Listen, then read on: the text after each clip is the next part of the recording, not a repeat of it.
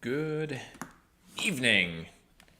If I'm out of the chair when this starts, it's because I'm screwing with the lights. Got things a little bit differently. Trying to be a little festive today. It is Christmas after all. I know the Russian Orthodox Church celebrates their Christmas 7th of December, but we don't do that. As in here, in this house. So, anyway, it is the final Thursday in 2025, so it's the final time I'm doing this for the year. We're going to hit 25 releases today. I did not set out to do that when I started the week. That was one of those things that I just had more time than I normally do, and as a result of that, I managed to get through more music than I normally do, and so here we are. A lot of them are albums, and ultimately, some really good stuff here too. I am surprised that we had as much good stuff here at the end, but yeah. Anyway, as it stands, we're going to hit the last set of new albums next week. I'm still planning on doing this, and in that situation, I've already started to compile a little list of albums that other people have said are in their top of the year albums, which I did not listen to so far in 2025. So next year, we're going to kind of be talking a little bit about the end of the year. I'm going to try to, between now and then, get through some of my top picks, at least for the second quarter. I know it's way back, but, I feel like for me, I'll give my reasoning on that at the end of the stream. It is going to be a long one. I don't want to dally too long. So let me go ahead and get my notes open down here. And yeah. Like I said, we have 25 albums today. We're going to start with electronic music. Then we are going to move into rock and metal. From there, we are going on to rap and hip hop. And we are going to finish with indie, which is kind of been the go-to, what's the word? The go-to lineup for a while now. But anyway, let me just go ahead and kick us over. Karozik. Karozik, I also found the statistics for your question with regards to small and medium-sized businesses closing down in Europe. I will share that information on Sunday, but I managed to dig it up. Okay. We're going to start, like I said, with, and actually, hold up real fast. I want to do one thing. Yeah, I think that, there we go. Okay, so we are starting with, this is an album I actually thought about putting in the rock category, but I do feel like it fits kind of with the electronic end of things. This is 15/6 or 15/6, I don't know exactly. Nocная smena, this is an EP. Let's be real, it is holiday time right now, and most everybody kind of wants something a little bit more upbeat, but there are people who just aren't feeling that holiday vibe, obviously, and they want something that's a little colder, got a little bit more of the doomer energy, and there are also people who are maybe just looking to set up a more wintry playlist for after the holidays are over. This is going to fit perfectly in any of those situations. It's kind of like post-rock meets post-punk, but the reason I have it in here, the electronic session, is there's a lot of ambient sound mixed into there. The overall listening effect is something that feels like walking through the album artwork. So yeah, I'm just going to go ahead. I do feel like this is one of those albums, too. I had a hard time with it simply because it's so soft and it's not like really demanding your attention, but it feels like there are certain ideas, motifs that are repeated throughout the short runtime of this EP. But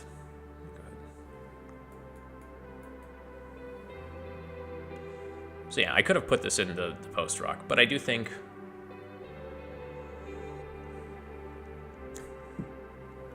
that the overall atmosphere here is more in the ambient end of things. And I also just felt like this was a nice one to open with. It's pretty dialed back.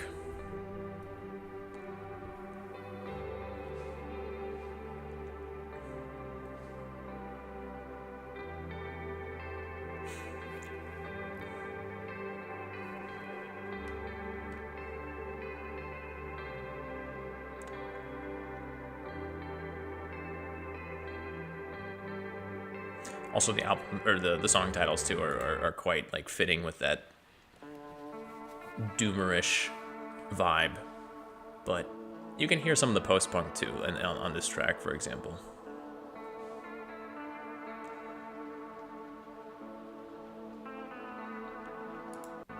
There's a lot of that analog noise in there too.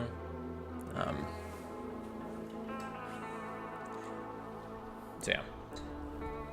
Is it post-rock or post-punk or whatever? Yeah, kind of, but it definitely feels like the ambient is the bigger thing here. Also, it's been snowing in Moscow for the last few hours, so it finally feels like the holidays are here. Yeah, I get it. Don't worry about the... I think the comments are just delayed in general.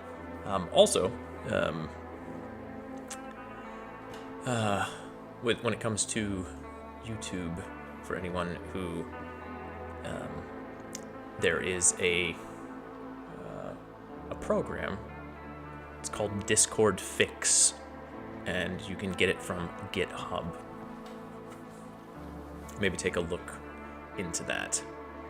So, but yeah. Anyway, very atmospheric. It is guitars instead of synths and what you might normally expect from like an electronic release, but I do think the overall atmosphere, like I said, is an ambient one. It's more atmospheric than anything else. So I'm putting it in the electronic section. It's a nice little release, and I do think it just got like it's got a very nice wintry vibe. So that's what we're starting the stream with. That is Nocная смена, and the group is 15/6. So yeah, moving on, we have, this is just like a straight up electronic release, Away to Ananda by Sestrica. And yes, you can tell we're into sort of electronic territory here. Really not too much to say about this. I'm just going to jump into it. It's kind of dreamy electronic music. This is like straight up, yeah, we even got the visuals. What am I doing? Like the funky club. It's a type of electronic music that I think is, it feels like it's designed for the club ultimately, but also works equally well in headphones. Like it's got a lot of, I don't know, the headspace stuff going on.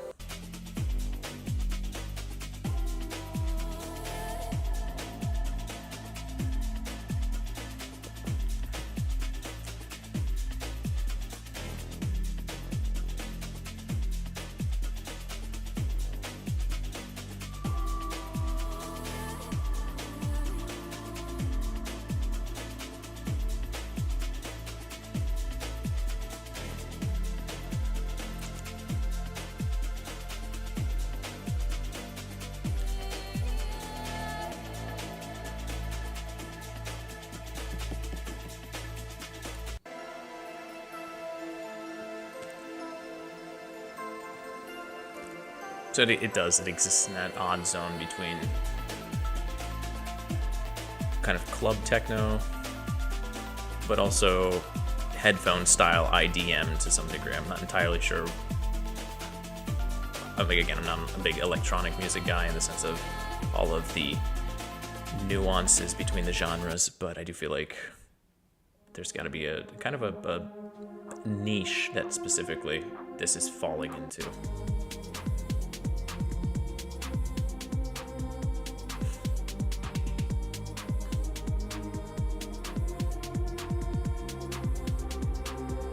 Yeah. I could go with that too, yeah. I was gonna say, it does kind of feel like car commercial music, but it also reminds me a little bit of that era of electronic music with, say, Moby, like when Moby first kind of blew up on the scene with his what's the Moby album where he's jumping? Yeah, I do like this part right here. Play by Moby. Kind of has a little bit of that energy.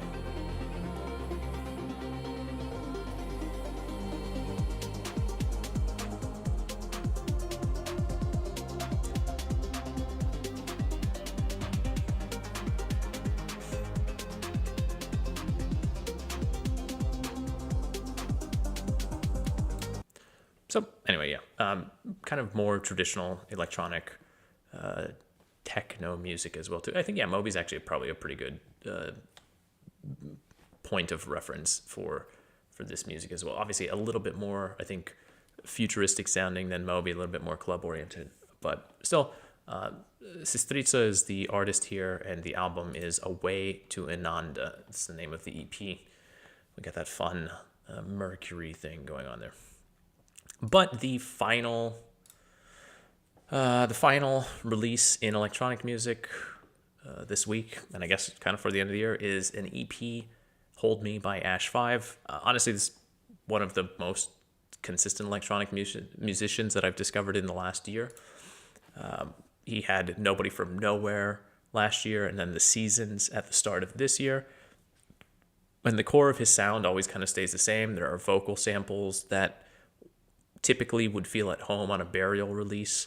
The vocal samples here are a little bit different. They are a little bit more in line with the overall core sound here, which we'll get to in a second. But realistically, there are still a few moments here that kind of feels like a little bit of a Burial thing. The sound also has some sort of cold element to it. As far as I know, he is from the north. I hate to be stereotypical, but yeah. His past releases were more atmospheric or emotive. Here, that's been largely replaced with high energy beats that, I don't know, I was having a blast with this at home. Again, though, you could see this working really well. There's a lot of the 90s techno energy here. So let's just jump.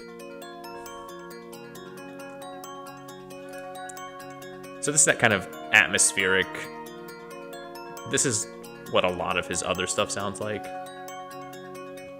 But we'll wait, the 90s thing is coming up.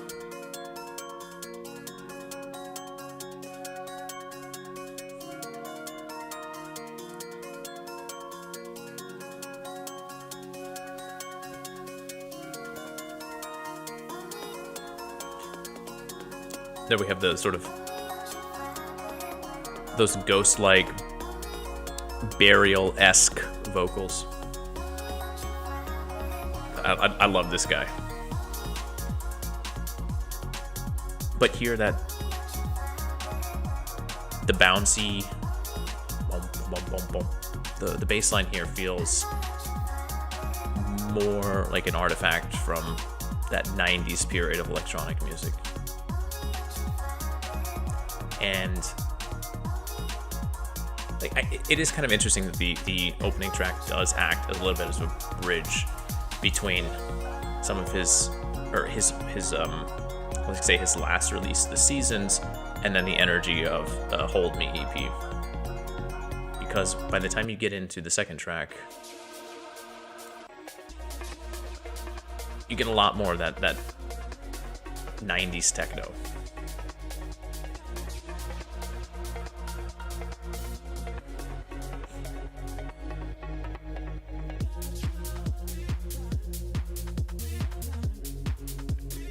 But, you know, his own specific take on it.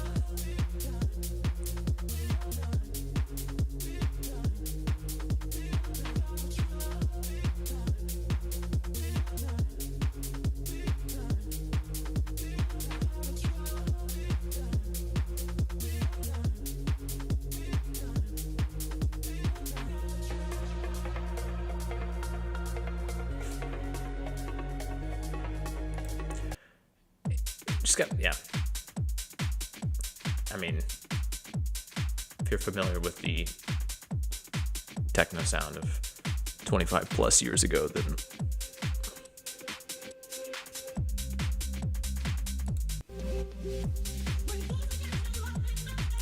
like hear the vocal samples. That's what I'm getting at. This is not Burial. This.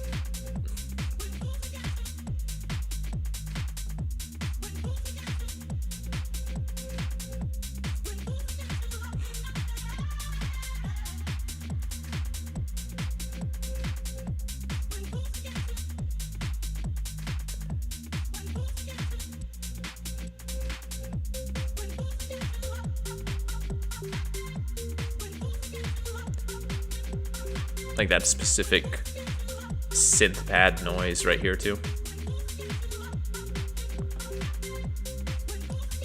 It's a throwback. It's got some throwback energy, but it mixes well with the sound that ASHFIVE normally puts out. So yeah, I don't know. I saw this pop up, I think honestly probably on Monday or Tuesday. I read something about this release and it was like, all right, I gotta check this out immediately because ASHFIVE has not let me down on his last 2 releases, and this EP is no different. So yeah. I mean, it was again kind of a small week for electronic releases. I just have not been burning through a lot of them for whatever reason. Maybe because there's just been a lot of other good releases, but there are still some really good ones coming out, and I do think ASHFIVE, if you like electronic music, or if you have similar tastes in it, I guess, like to me, fair enough, yes. Hold Me, the EP by ASHFIVE, is a really good one right there. Okay, so moving on to rock and metal, we're going to move a little bit, we're going to have a bit of a tonal shift here. So first up, I'm calling this an EP. This is the group Svetleet and the EP Psevdosebya. This is Russian black and hardcore. Got a little bit of the screamo element thrown in there. It's the Chelyabinsk group's second EP for the year. Get a little 10-minute dose of sound. Feels like it's, I would say, like in the metal community, this feels like a group that if they put out a full length that has the strength of this release throughout the entire runtime, then it's gonna make a big splash in the metal community here. So let's just get into it. I like the first track too. It uses a vocal sample very, very well. It's just become so inhuman. Everyone's plugged in. Blindingly inarticulate, obsessed with money, their careers, stupidly, arrogantly content. I can't talk to them. I fight them. I want to destroy them even. I crave interaction. I crave it. But you just can't anymore. They pull their devices out for every little thing, to reinforce their petty, convenient notions, to decide where they're I don't know where the gonna vocal shop, sample's what from, they're but gonna eat, what movies they're gonna watch, feels everything they ingest. good. It fits too with the Psevdosebya. Left me, God, but that doesn't have to be you. Okay. It's like this is all a game, and I haven't been told what the rules are. Or even worse, if I have, I am ill-equipped to follow them. All I can do is provoke. I'm going to jump us just ahead a little bit. Get ready.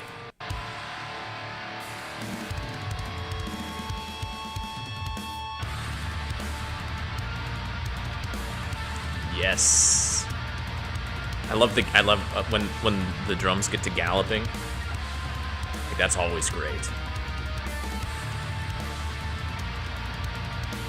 And those dissonant chords.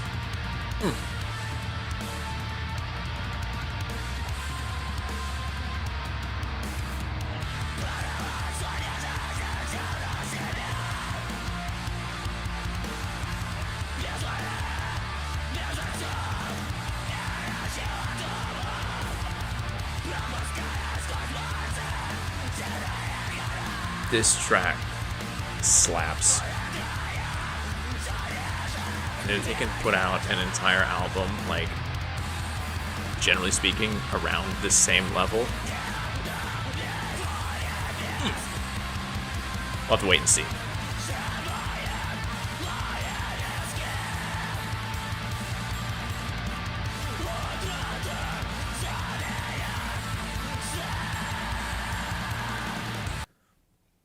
I'm gonna jump ahead to another track too.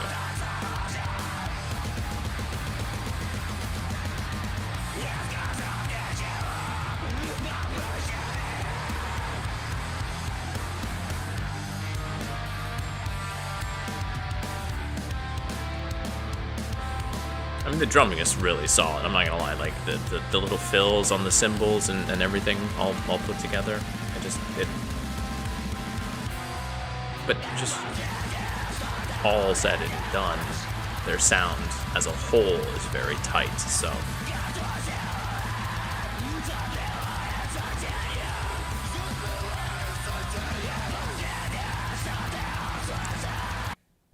yes. I'll leave. I think if that's your thing, then that'll be enough for you to get the gist of it. That is the group Svetleet out of Chelyabinsk, if I'm not mistaken. That's what's in my notes, but I might have made a mistake. Anyway, the EP Psevdosebya, very nice, a lot of potential. I don't know if they've actually released yeah, that's kind of all that they have on Spotify. So moving on, we have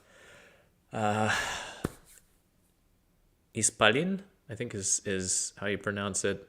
Actually, this is my classic move. The group is Electricjezus.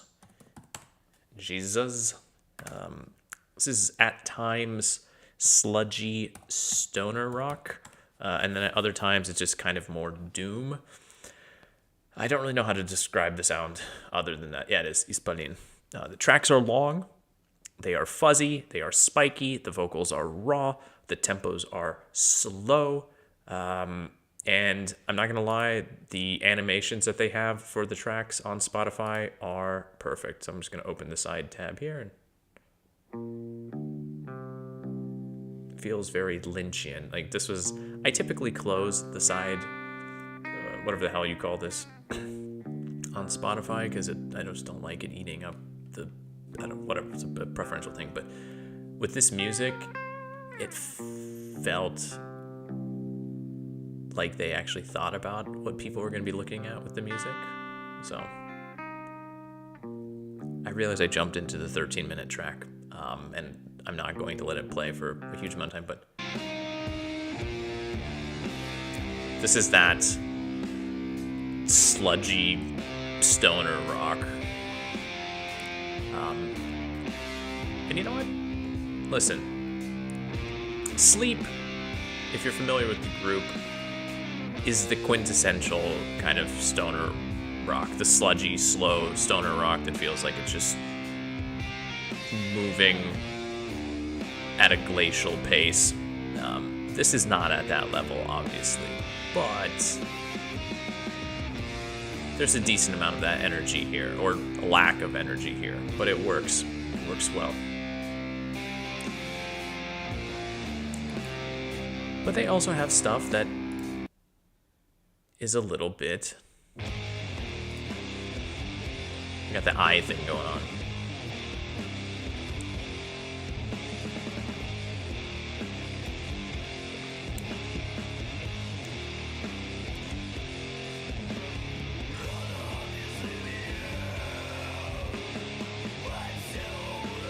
So yeah, I don't know for anyone clearly not in Russia, but for anyone in the States where, oh yeah, for sure, this is, and they, not every track on this album hit for me. I'm not gonna lie, right? Like there are a few here that I was not super big on, and there were some that I've got sort of liked that were, I was on the fence about, but the overall just it's partly about the build, it's also partly about the consistency, right? That falling into a rhythm or or an energy and just plowing through it.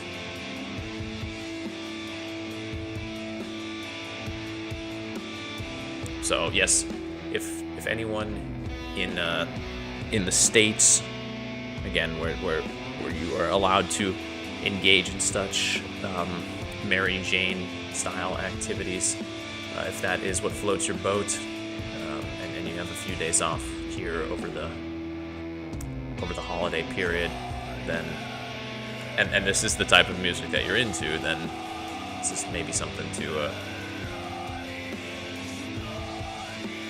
give a pass through. It's also, if I remember correctly, this is just a duo out of Moscow. So guy on guitar, guy on drums.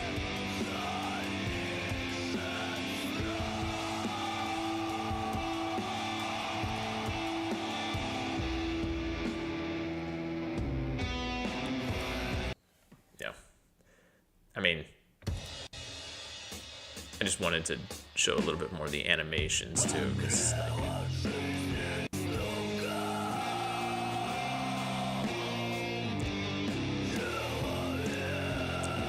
somebody definitely thought well of that. So anyway, that is the album Исполин, and the group is a duo out of Moscow, Electricjezus.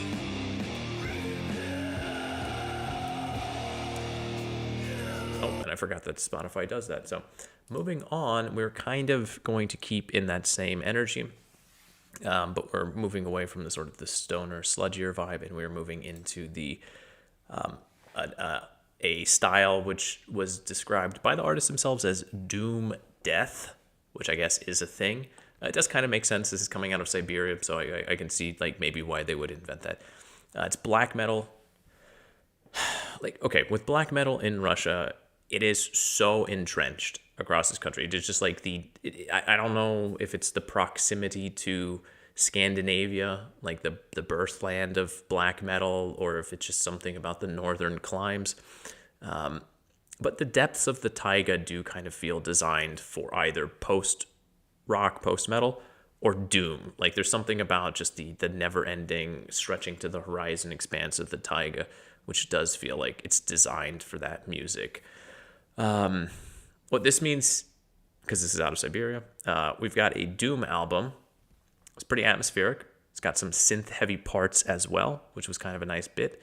But it does occasionally explode into these faster sections with quick riffing and drumming that borderline blast beats. So that's, I think, where the doom death label comes from. It's an interesting concoction, to be sure. But I will say overall, when listening to this album, I got like what they were going for. It does feel like they need to let the sound cook, simmer a little bit. I don't know. I actually did not check how many releases these guys have. They had an EP before, and I actually think those songs from the EP are, they're on that full album. So this is effectively their first release. But yeah, listening to this, you can definitely hear the sound of what they're going for, and if they can just tweak it a little bit, I think they've got something here. So, yes, this is the album Zarya, and the group is GorlaThrog. Also, like this guy's like with the hoods and the swords. I mean, amen, brother.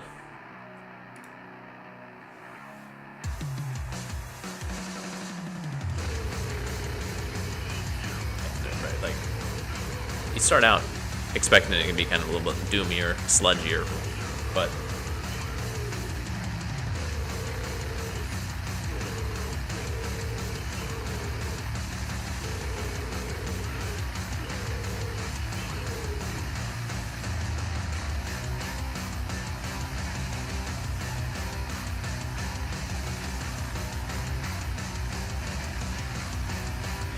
maybe there's something too, like with the guitars, that they need to just tune it slightly different, or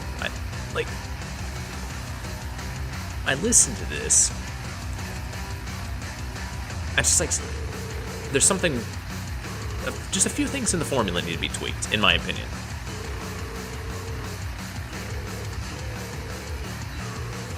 Maybe the drumming needs to be a little bit splashier rather than the sort of, you know, sort of like 4 to the floor type thing. Which I know it's not 4 to the floor, but like here.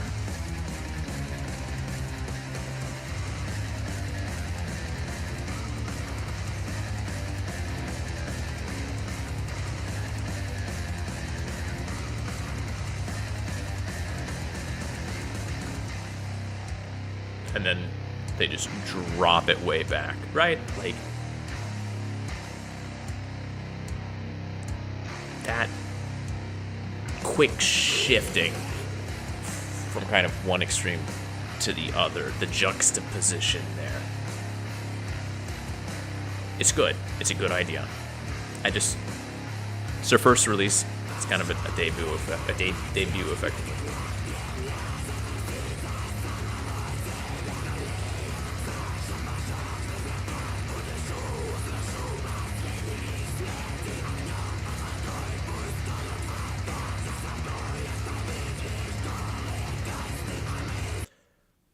So yeah, like I said, it's not perfect. There's the bones of something there, something good.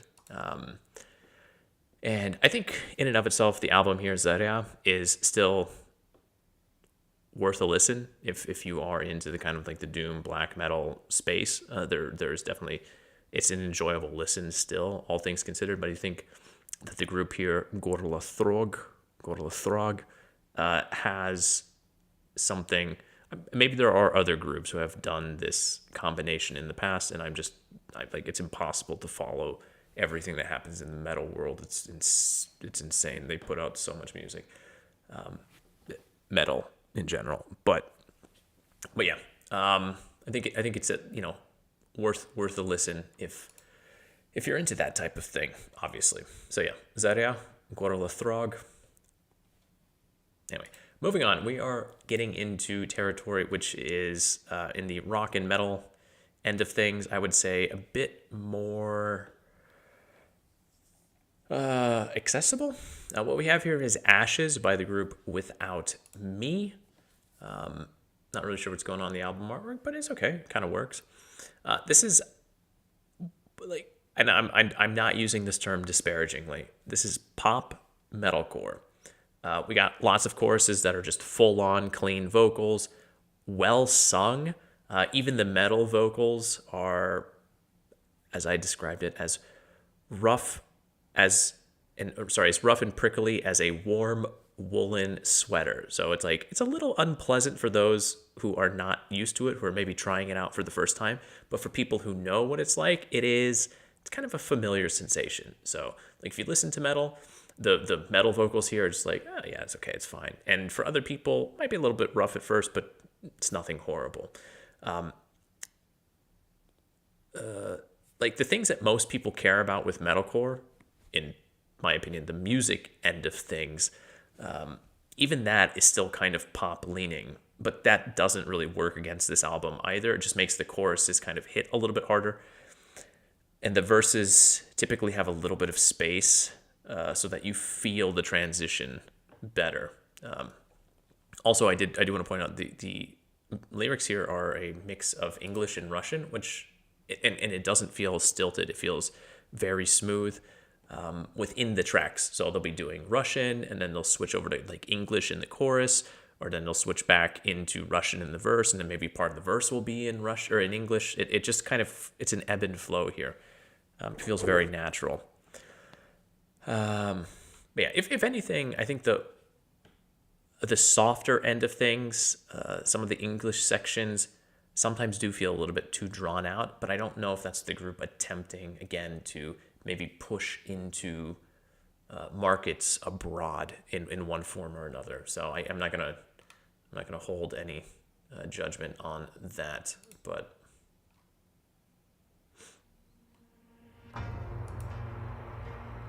Yeah, this is the reason I typically don't leave the site. I can't watch metal music videos. It's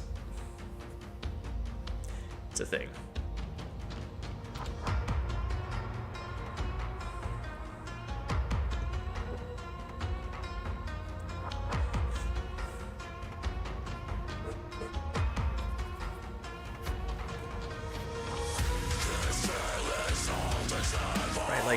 the metal vocals here, they're rough.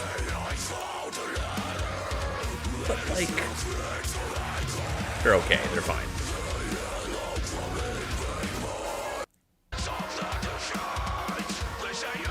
That kind of like, here's the English.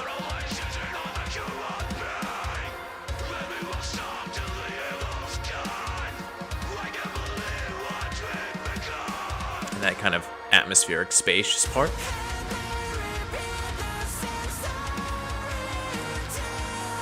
So, like I was saying, full-on cleans in the choruses, by and large, throughout most of the album. So this is what I meant when I said pop metalcore.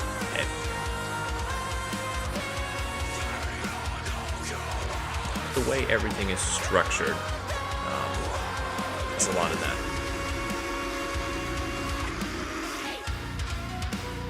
But the actual like metalcore end of things, the instruments.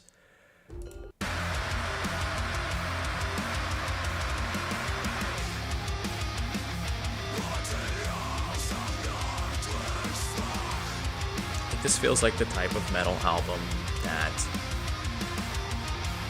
is designed for people who don't really listen to metal, but they want something that's a little bit heavier.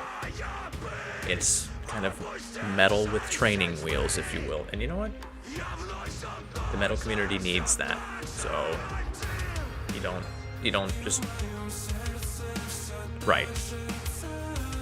But like this still works. I don't listen to Sleep Token, right? Oh, Sleep Token exists. I've heard some of their tracks.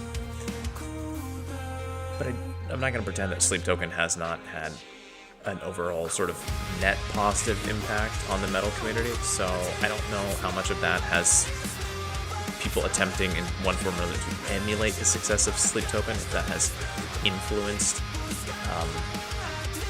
metal as a whole. But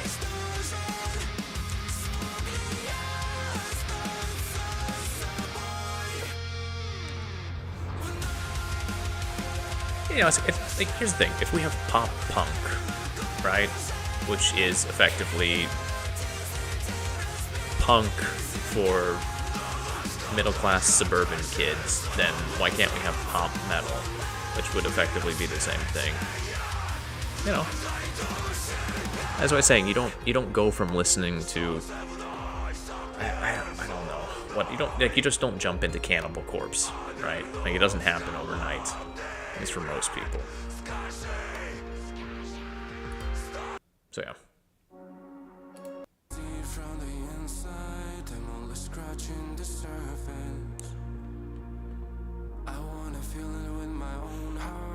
Like, yes, it's kind of generic here.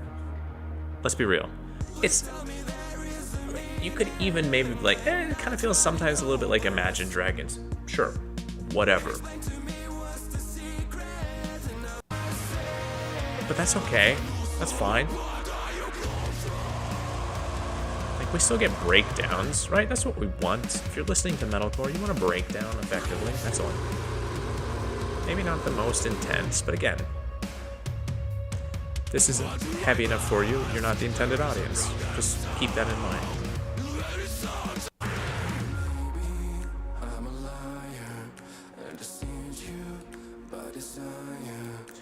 So yeah. We'll hang it up there. That is Ashes by the group Without Me.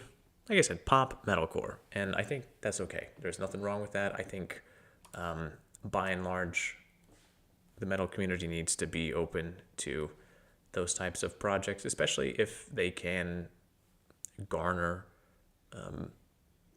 new fans, new listeners. So moving on. So a few weeks back, I highlighted a compilation album by this same label, Mертвых Собак label. At that time, it was featured on sort of like metalcore and the underground metal sound. This time, this is just straight up all black metal. There are definitely tracks here that feel a lot more atmospheric than black metal. There are tracks that feel more doom, than black metal. There are ones that feel more like post-metal than black metal. And while I'm not the biggest fan of black metal, there are definitely some just overall genuinely interesting things happening on this album. Things that, while black in the terms of metal, they often feel wildly different. It's another, the Mертвых Собак label is one of, I think, the best underground metal labels in Russia. They've got really good artists across the board. And I've even talked, Minlawala was definitely one that I talked about. I think it's September. They had an album come out this year. Also, these are all new tracks that were recorded specifically for this. But if you're looking to discover some new artists in the Russian metal scene, these compilations are a great way of doing that. So yeah, this is the compilation album Мертвых собак label, Меч и пламень. And I want to start with, this one actually right here too. I'm just going to jump ahead because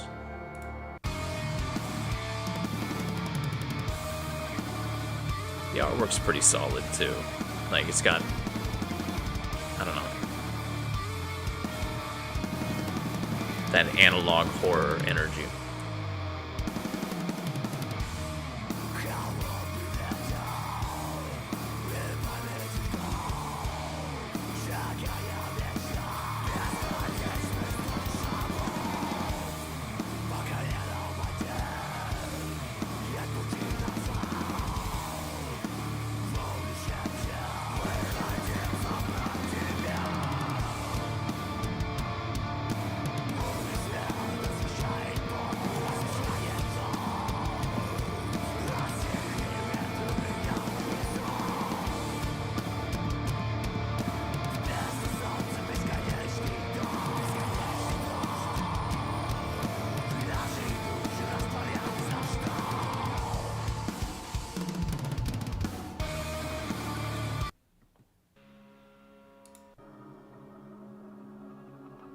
Yeah, a minute and a half in, and we're still in that atmospheric space, so.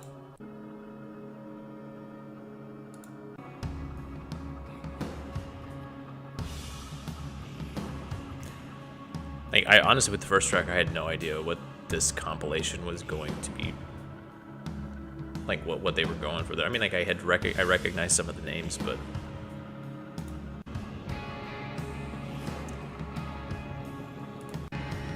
this is what I was talking about, like, kind of has like a little bit of that post-metal sound at times too. Yeah, that's black metal right there.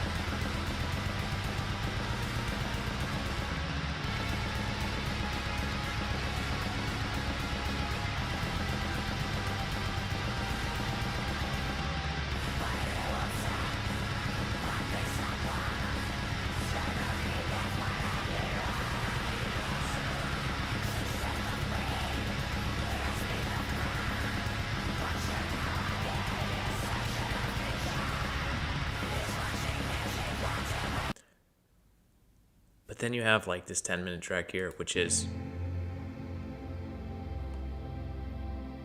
pretty much this for the entire time. Well, I mean, like the first half, but it's a 10-minute track, so that.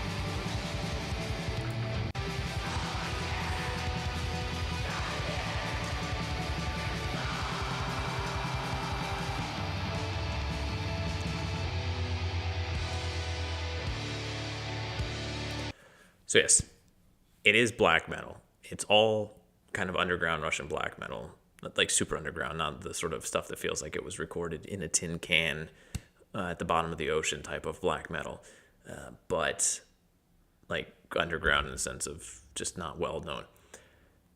But it's not generic. There's a lot of different stuff going on here. And if you're even somewhat remotely interested in black metal and the Russian black metal scene, then this is definitely worth checking out. This is the compilation album Мертвых собак label, Меч и пламень.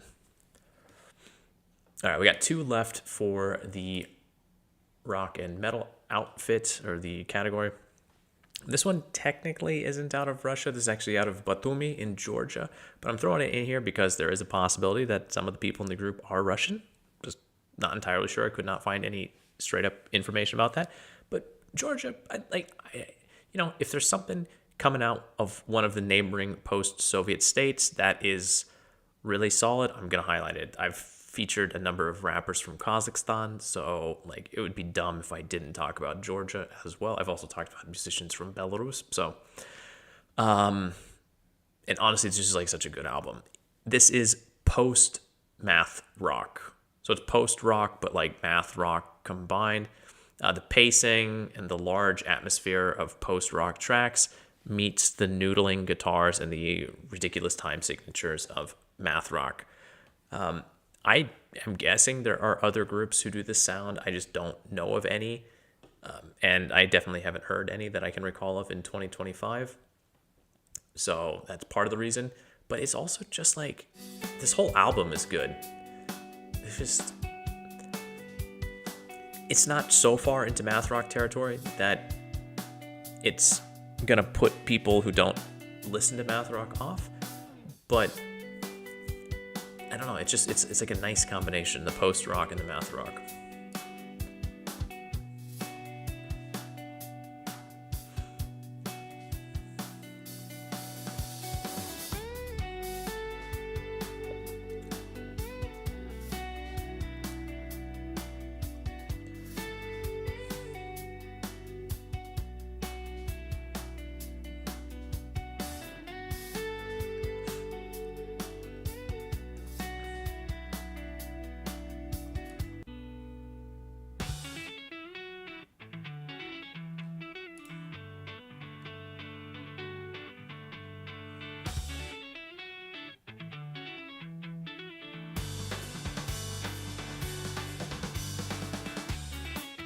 The album is Blue Amber. The group is Orbigon. Also, I probably should have mentioned that before we got into it, but like, it's complicated just slightly, really, in just the guitar lines, but the actual rhythm section is holding things down pretty solidly. So it also strikes a nice balance. Like, again, for people who just are not super into math rock, it's just enough.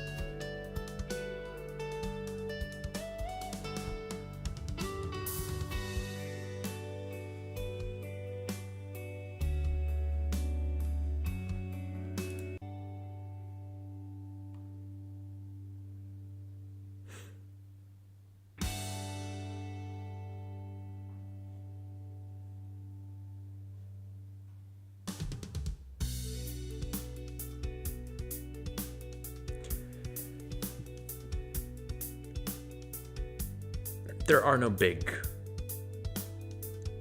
I mean, obviously there are no choruses. It's post-rock in that regard. It's instrumental, but there are no big moments. There are no big tunes or melodies that are going to stand out.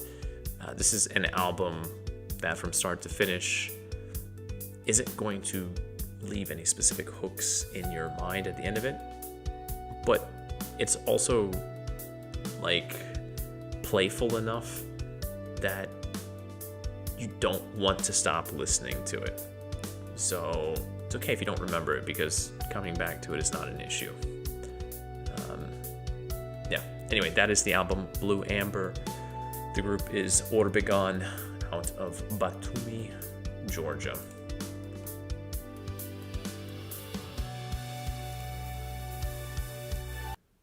So yeah, we'll leave it there. All right, the last one for rock and metal is the album Enchanted by the group Sacraments. We got a post-black metal. This is a debut from a group out of Rostov-on-the-Don.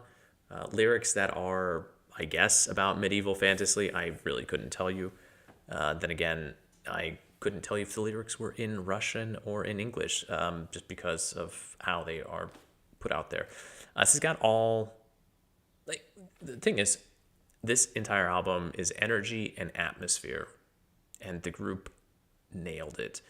There are 2 instrumental tracks. You can probably guess which ones they are. It's Harbor and Enchanted. They're the shortest ones. They kind of Harbor acts as a breather in the middle, and the other one obviously as an ender. But yeah, the rest of this album is kind of that nice balance of black metal riffing, blast beats, and then like the spacious melodic sounds of post-rock or post-metal. The one thing I would say is the vocals could maybe use a bit of work at times, but this is a debut, so I'm willing to, overlook that to a degree.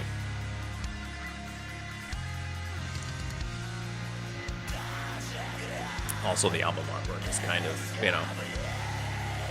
it's not great, but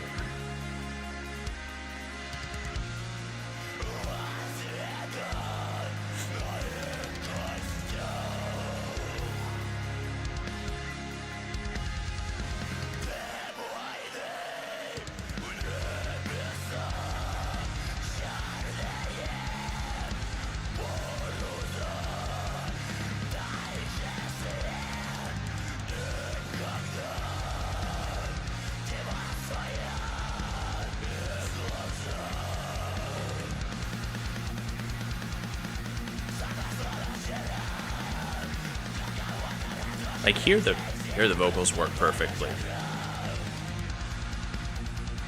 and it kind of gets that groove mode.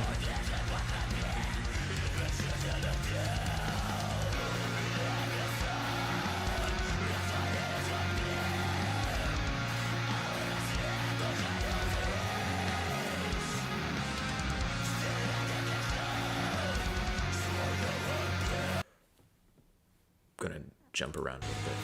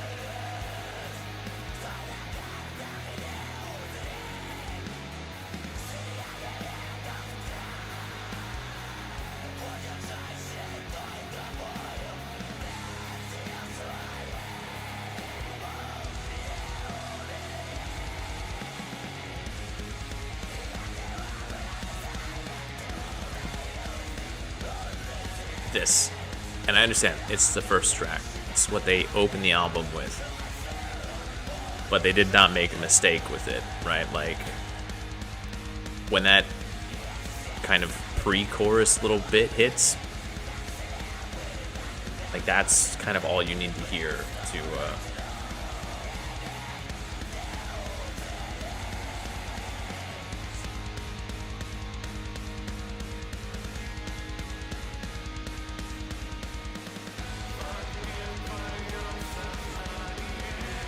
again, the cleans in a little bit of work, but I'm gonna end it there. Mainly because I do realize it's like been about an hour and we are only about halfway through. So yeah, that is a debut album. So first of all, the parts that are a little bit rough, again, you give them a little bit of time to kind of figure it out or work it out. Hopefully on the second album there are some changes that are made to the overall sound. But by and large, really good release. Got a lot of good energy, a lot of good atmosphere. Just a really solid release all around. So that is the album Enchanted, and that is the group Sacraments. Now, I'm not going to lie, the rock and metal towards the end of the year just did not really hit. I was expecting there to be a lot more, and there wasn't. There wasn't like a ton of great stuff, but I guess we'll get into that a little bit more when we start talking about the overall end of the year. So there was some nice stuff, and yeah. Moving on to rap and hip hop, we're actually going to start with an R&B album, mainly because pop and indie was already so clogged up. I could have theoretically put it there, but there was no need to it. This is an R&B album that spends probably half of its time, the first half, in that darker, early Weekend adjacent territory. It sounds like the early days of the Weekend. Lyrically, it is actually about love and earnestness, not about like being a sleazeball type of stuff. And then the latter half is a little bit more upbeat. It's aimed at more pop audiences and radio play. There are also a few ballads sprinkled across here. And yeah, there definitely is some intermingling of the different types of tracks across. But yeah, it's actually, I don't know. This is Jedva Znakome. The artist is by India. I had never heard of him before. And it's kind of nice. I don't know. I'm not a big silky smooth R&B guy, but he's got a good voice. I'm not gonna. And the music as well. It's done quite well. Если выпиваешь мою кровь, даже не спрашивай, делай это вновь. Если я в 5 утра тебя не увижу, я не готов. Наверное, твои быдло-самки подводят итог. Если твои эмоции друг друга не заменят, нас ожидает это пламя, где хочешь, там тлеет. Она постоянно выбирает любимый оттенок, я не знаю, это бой с тенью. Что они базарили за нас или за тебя? Все эти минуты пролетят, пусть они пиздят. Даже если я буду на дне, ты будешь летать. Все вокруг глаза только на ней, суждено сиять. Извини, что это мой мотив, я глупый бандит. Я шатаюсь в этой жизни так, мне нужен штатив. Захотелось просто подкури. Мы будем жить как захотим, никто не запретит. Это любовь.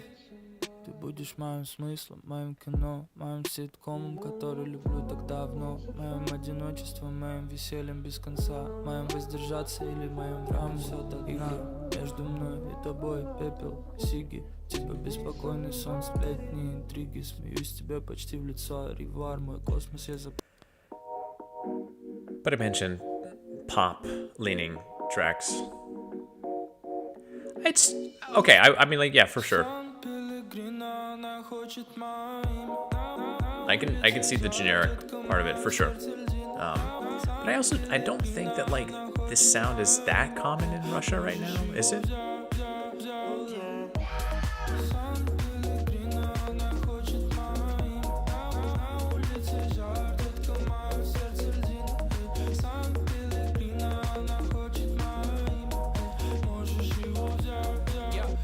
I got it whole, wet and hot, let it go, let it shine. Money boy, money life, here we go, very nice. Она год и секс, сука, я ее забрал. Она так хотела. Oh, he does switch into English from time to time too, which I also was surprised by because it's not horrible. It does feel like kind of okay.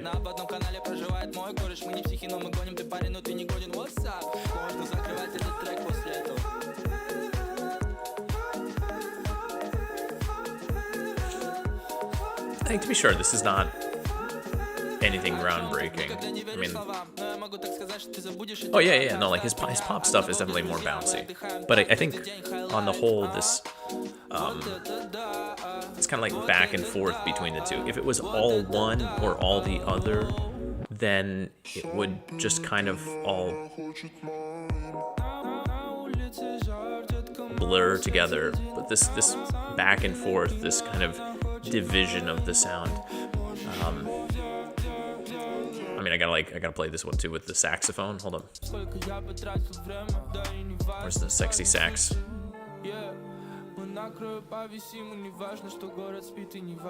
So I mean, like, yeah, right. We went from the San Pellegrino track to this one. It does go back and forth.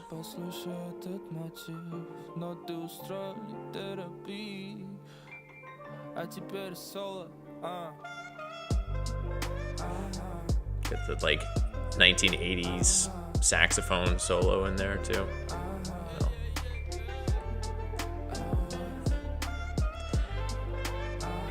It's not anything groundbreaking, earth-shattering, game-changing, but it's also, yeah, it is. It's kind of generic at times.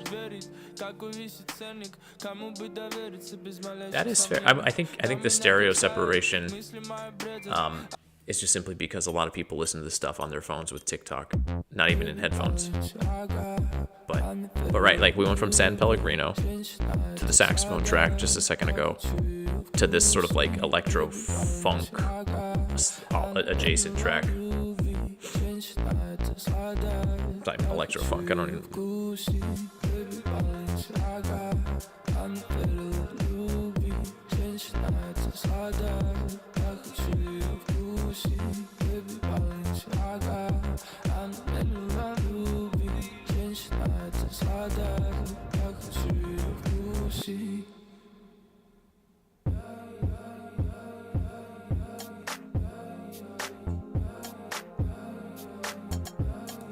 I mean, you get all the way to the end, and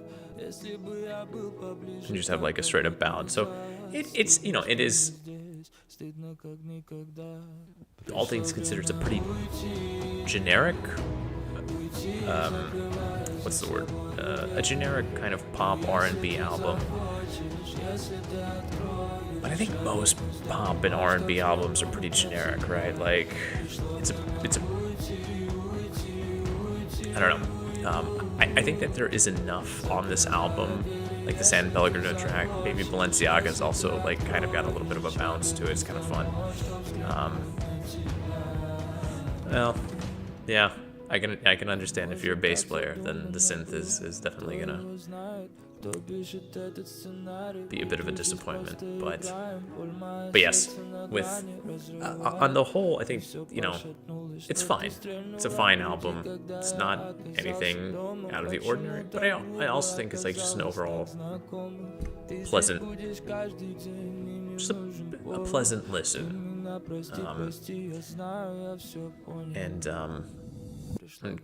Karozek, as you said, you know, there are. I think, yeah, I think the artist is still by India here, is still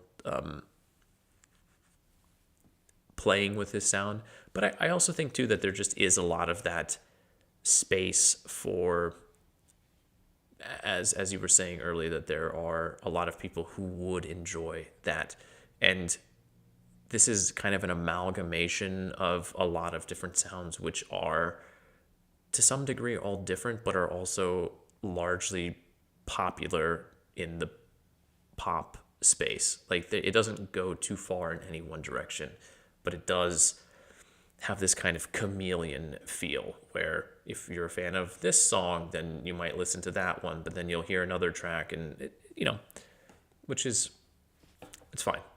It's what we're opening the rap and hip hop section with, so it's definitely not something I held in like the highest of regard, but I had a fine time listening to it ultimately.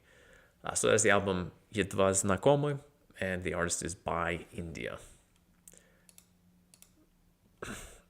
The same thing with this next album. This is one that I went back and forth on. This is the artist Baby Cute and the album #Hooligan. This is honestly the third, if I'm not mistaken, the female rapper of the year, kind of coming in at the tail end. This came out at the beginning of December, but I just did not get around to talking about it. So now, the other two, Maybe Baby and Skyre, had their own style, and it took me a little bit longer to come around to the Baby Cute style because it wasn't going for a pop sound or something that was more mainstream. This album has a little bit more of the trap sound, which I guess is a departure from her debut album was last year. I did not listen to it. But overall, the delivery, the style of the music, the sound, it has that internet album energy. It's one where the musical ideas don't necessarily have some sort of cohesive core, aside from just anything that sounds good, which I guess depending on the track, depending on the day, can vary. You can get different mileage out of it. With Baby Cute here, it's interesting, just I think in general, to see, like, there aren't a ton of women in the Russian rap scene, especially young women. Instasamka is, you know, продажная, fill in the blank after that. And to see 3 of them kind of this year, not necessarily explode, but have like solid releases, it is good. I mean, obviously, it acts as a counterbalance to all of the male bravado, and it also opens the genre up to new listeners as well. And honestly, from what I saw with regards to Baby Cute, like, she caught a lot of shit just in general. The internet is not a fun place, and if you're a young woman and you're trying to be a rapper too, then I can imagine it's even, I know it's even worse. I've seen the comments and stuff on like contacted communities and stuff. It's not great. But despite all the skepticism, despite all the hate kind of directed her way, she pushed through. So is it the best thing ever? No. But at the same time, she's doing her own thing. So I think that's fair. Like,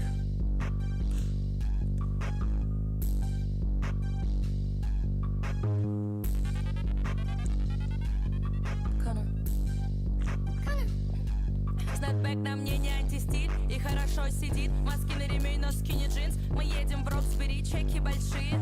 Капнула на банкша, это джуз. Не хочу быть тупым, они зубривы. Мы и так поймем, где настоящий стиль. Промочила 200к, они сохнут возле майка. Да челы дохнут возле майка, они не выкупают тайпы. Папил лох, бля, из Европы. Хочет новый майбах. Блядь, мне не насолить, у меня не будет. the flow Клянусь, никогда не хотела тобой стать. feels like it's coming off. The wheels are spinning off. But I think that's the point. I listened to this enough where, like, it's pretty clear that she could have put this more in line, but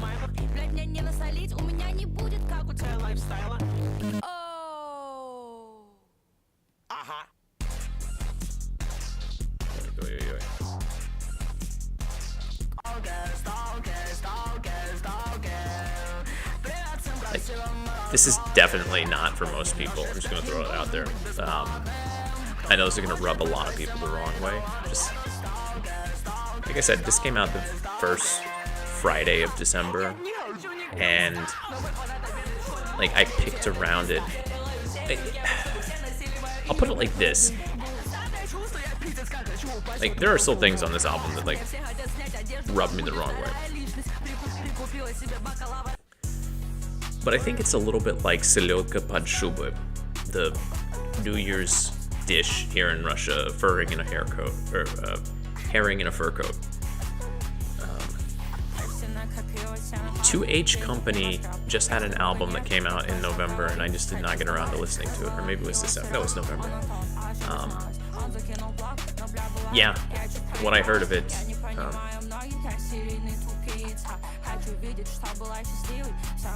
with the herring in a fur coat, when you first approach it, for pretty much everyone I know, whether they be foreigner or whether they be Russian, it feels weird. There's just like a bunch of weird stuff going on there. There's mayonnaise and boiled eggs and pickled herring and beetroot, and just like, what the who put all of this together? But when you kind of work up the nerve to get into it, like, it still feels like a weird. Yeah, you didn't know? Check it out. Yeah, there's no 2H. When you work up the nerve to actually like, get into it, you can kind of see how it works. So, yes, not the best analogy, but yes, Хулиганы by Baby Cute is Selyotka pod shubы, effectively, in music form. So,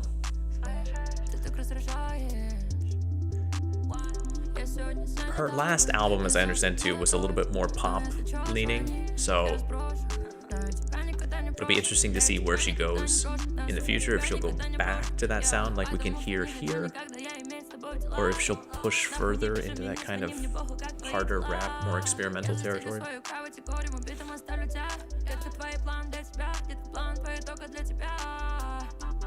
Я высоко.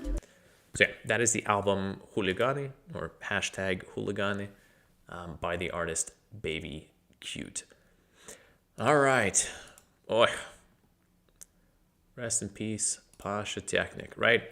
We are here with Kunteynir and Pobочки is the name of the album. Pasha Technik, yes, he passed away earlier this year. And honestly, a lot of mixed reactions with regards to that here in Russia. It is impossible to ignore just the kind of impact that he had on the Russian rap scene and internet culture here in Russia. Let's be real. Obviously, this is the group that he was a part of, and this is their first release since he died. He does feature here posthumously on one of the tracks, maybe two. I don't remember. He's down here. Maybe it's okay. It's just one. He features just one on the final track. But I feel like it's a little bit like, it's not the best analogy too, so like don't come at me, but kind of like ODB in the sense that after ODB died, Wu-Tang continued on. And like even without ODB, Wu-Tang was still strong enough and their sound was like, the rapping was good, the sound was eclectic, and even though it felt like the formula was missing a little bit of something, just in general, the group punched on and still continued to put out really good music. Now, again, is Kunteynir the Russian Wu-Tang? No. But like when you listen to this album, you can understand why so many people cared about this group, cared about them. Lyrically, it is kind of rap for the sake of rap. It is literary, it's abstract, it's rap for having fun with friends and a good laugh. Sometimes even discussing something.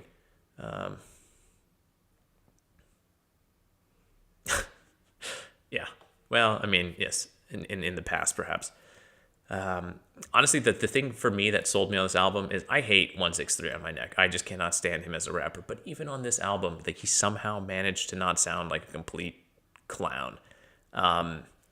And I think that's the other thing too, is like there are a ton of guests on this album, and I feel like that's them stopping in to pay respects to Pasha and also to step in and fill in for him in his absence. So just get into it. This is honestly my first Kunteynir album that I actually listened to.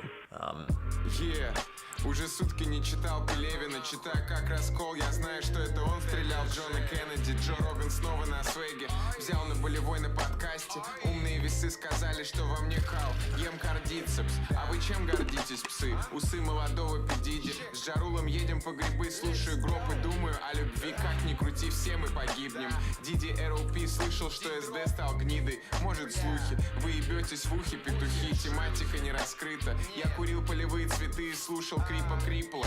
Пиздатое время, 47% Ашкенази. Like, it's just lyrically all over the place, but it's fun in that regard.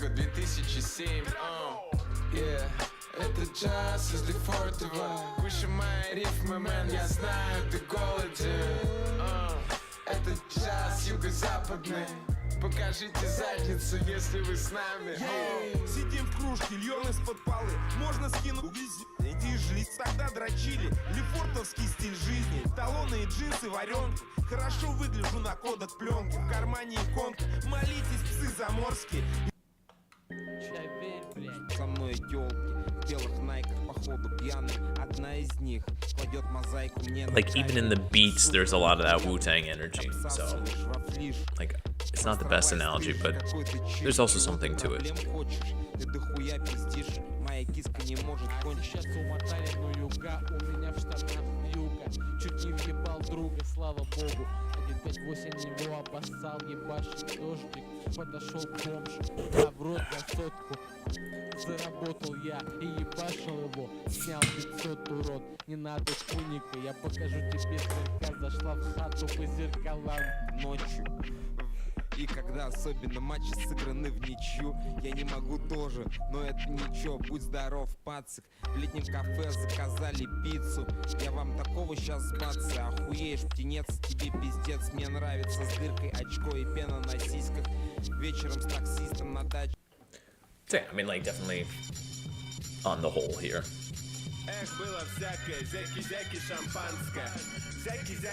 It's just that kind of fun, all over the place underground rap. And I think realistically too, like, if you haven't sat down and listened to a full-on Kunteynir album before, then I mean, like, why not start with this one? Sure, Pasha's not here, but even without him, it's still a strong release.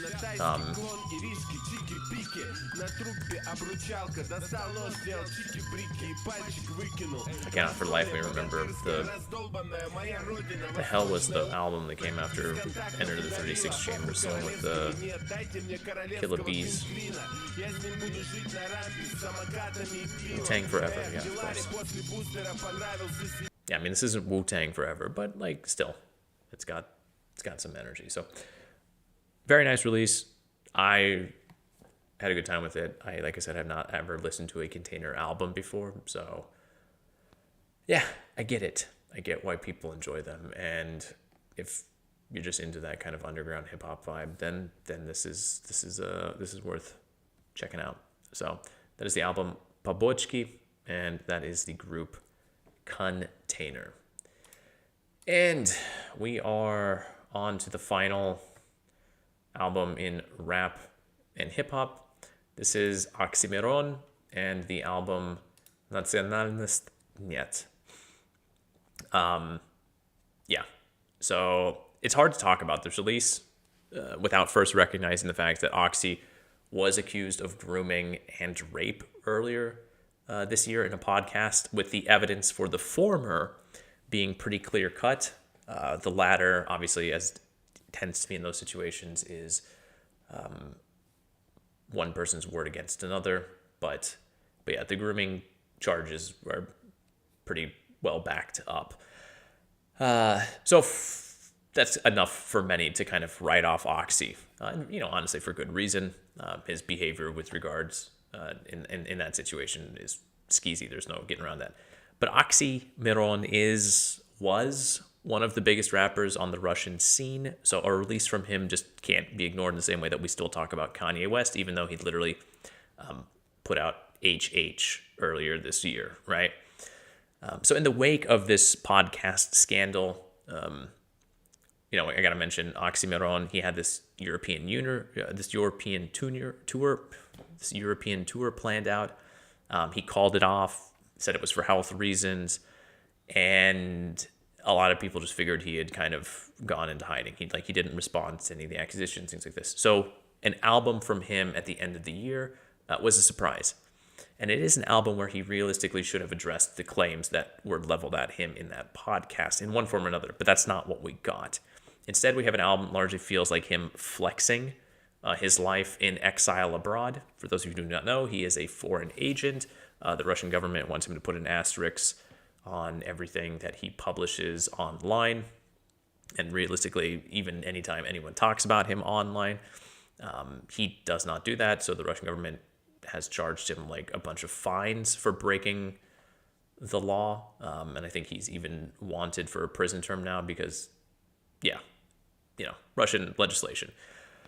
So yes, anyway, content-wise, this does feel a little bit like Oxxxymiron trying to project an image of himself living well abroad, right? Above the scandals, absolutely not bothered by the political situation. It's also worth noting, too, that a lot of people do see him as something of an opposition figure. He is very publicly against Russia's war going on right now. And so it's also something worth pointing out for people who are not in the know. As it is, had this album come out, say, a year ago, it probably would have landed differently. The name dropping of different brands that he's using and buying, the allusions to the envious, carefree life of an expat enjoying the best of Europe, like Hemingway back in the day.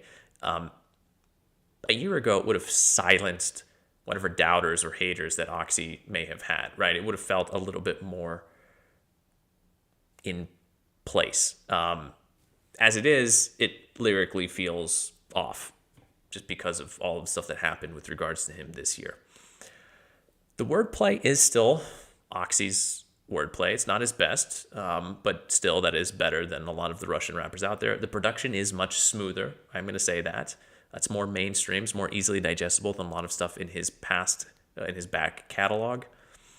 At least the ones that I'm familiar with. I haven't listened to every single thing he put out. And I saw this, right? I saw someone who claimed that they were never a big Oxxxymiron fan, but they never hated him either. And that's kind of how he is in the Russian rap scene. People either seem to love him or hate him. But this person said that they felt like this is the kind of album you could play in the background. Musically, it's very pleasant.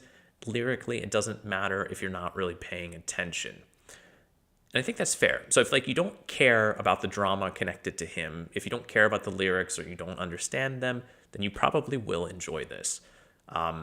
Personally, it was definitely disappointing in the depth department, but yeah, there are some just the vibe is undeniable on a lot of these tracks, so. Бронзовый загар, золотой песок, серебряный век, платиновый счет. Чем же он болел? Столько разных слухов, открою секрет. Это была жертуха. I did watch a lot of the stream that Собаке did where he unpacked the lyrics of this album. And Slava does, he says he just cannot stand Oxxxy, but he does kind of seem to be super fixated on him at the same time, so.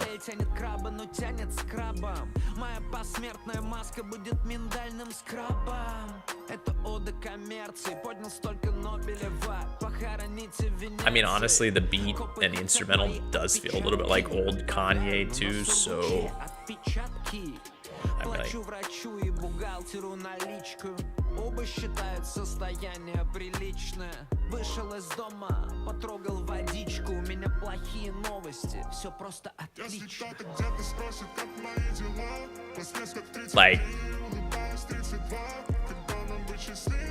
This is smooth.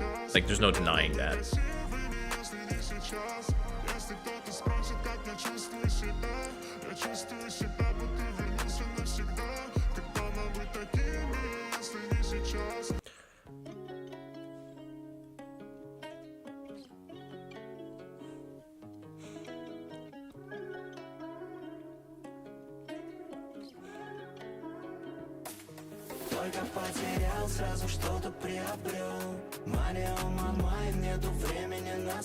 Oh, wait, it's not even the track I wanted to play, I realized. This is the one.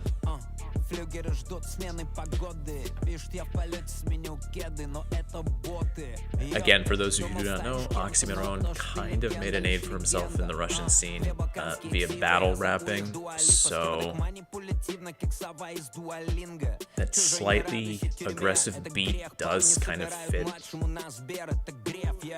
Я мозаика многослойного шмота. Отрывной календарь из-под пятницы суббота.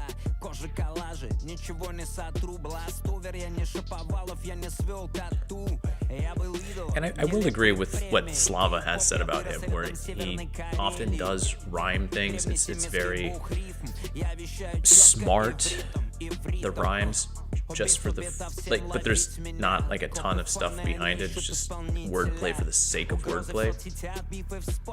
But it's also rap music a lot of the time, so I don't really feel like that's a valid argument or a critique.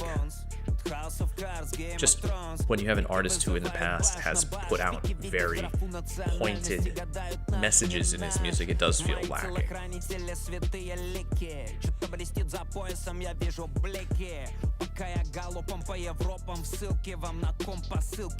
He kind of goes on like that for 7 minutes. It is it's solid.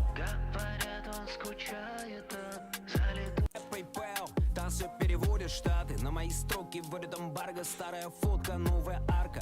Кого ловят, ориентировка. Может, они выяснят, кто убил Марка. Слиняв от снегов, не укрыться в белом пальто. Фаны говорят, я ушел за горизонт, но я вас вижу, я недалеко. Трипл иксо, невидимка активен в Питере. Непонятно, что нужно выкурить, чтобы решить, что меня можно выкурить. Тот же дерганый чертов флоу, будто снова в начале. Юристу велел подальше убрать завещание. Могут убрать завещание. Весел и зол, не кидал фонтаны монет. Я особо не верю в приметы, вот почему нет особых примет. So yes, it's Oxxxymiron. It's Oxxxymiron. There's no kind of ignoring him, regardless of how you feel about him. He kind of still is. It's in the same way that when Bully eventually comes out from Kanye West, everyone is going to have a listen to it and have a discussion of it, even if they said that they were done with Kanye. So I don't know. Will Oxy ever address the charges? Probably not. I'm assuming he's just going to hope they blow over. Will he in the future release an album that will, I guess, make people forget about it? I don't know. But as it stands, a lot of people, this is a divisive album. But if you're not in Russia, then it probably doesn't really mean anything to you. And if you are in Russia, I think a lot of people still don't really give a shit about it. So that is the album Nacionalность. And the artist is Oxxxymiron. Make of it what you will. Moving on to pop and indie. We are in the final category. And yes, we are starting with a compilation album that is 6 minutes long, but it is Malышарики, which is the toddler version. We'll get to it in a second, right? Like it's the holiday time, and we want these little bite-sized sweet things that come out at the holiday, right? We love those little candies, little cookies and things like that. This is the musical equivalent. We've got 4 modern indie bands here: Sirotkin, He, Gradient, and Ubel. And this little release here is dedicated to the 10-year anniversary of Malышарики, which is the toddler version of the wildly popular, and for good reason, Smeshariki. Gotta love the Los. Los is great. Anyway, the songs are all about things that small kids would love, like dinosaurs and rabbits hopping around and little paws on kitties. But, like, let's be real. As adults, we can enjoy those things as well, too. And honestly, it doesn't even matter when the music is so fun. I don't think it does. Yeah, technically this is a kid's album. But like, is it really?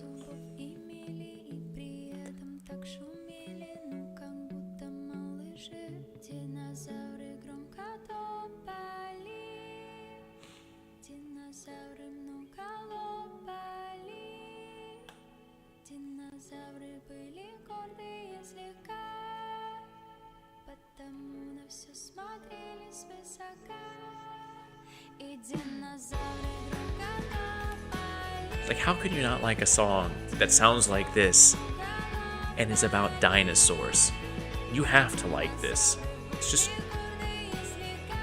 there aren't enough songs about dinosaurs in the first place. You can't hate on this.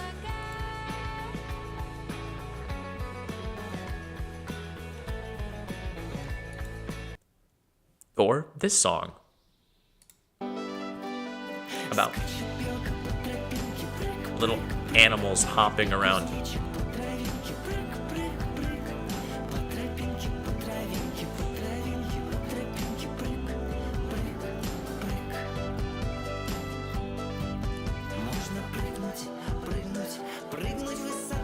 Obviously, I have not watched this show. Pretty clear reasons, I would imagine. I imagine these songs are worked into the actual program.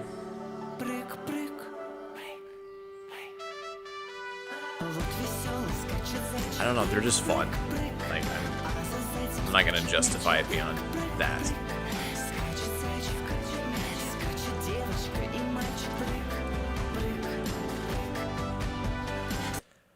Yeah, I mean, if I play any more, I'll play the whole thing. So that is the EP, Музыкальный подарок, by a number of artists, but it is for Malышарики, which is, again, like I said, the toddler version of Smeshariki.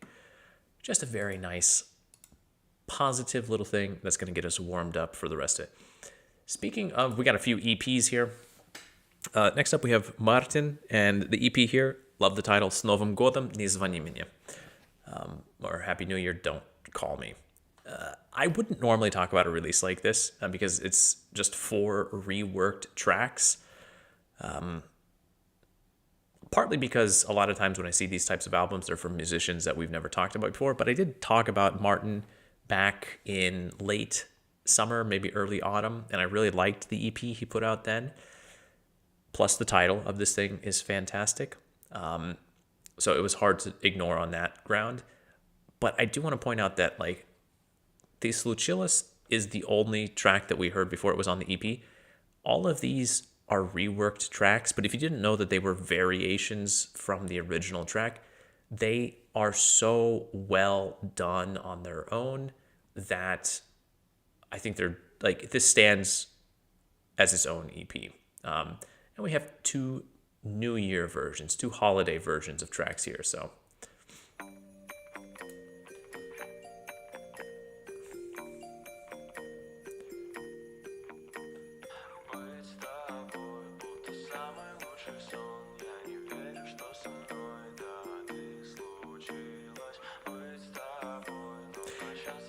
It's got a little bit of that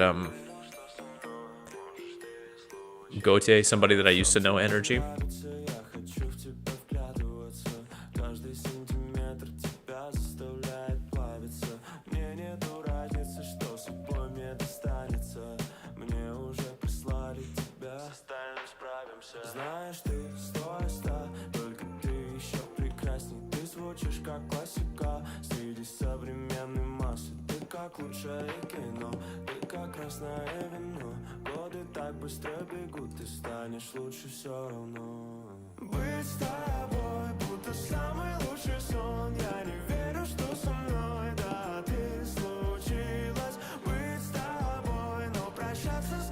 Again, if you did not know this was a reworked version of the song, it's done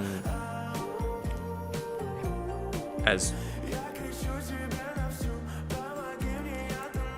And if you go back and listen to the original version too, it is markedly different. So...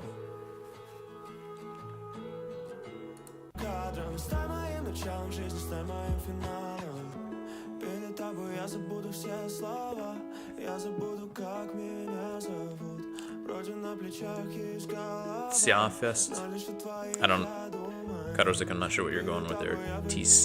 Fest.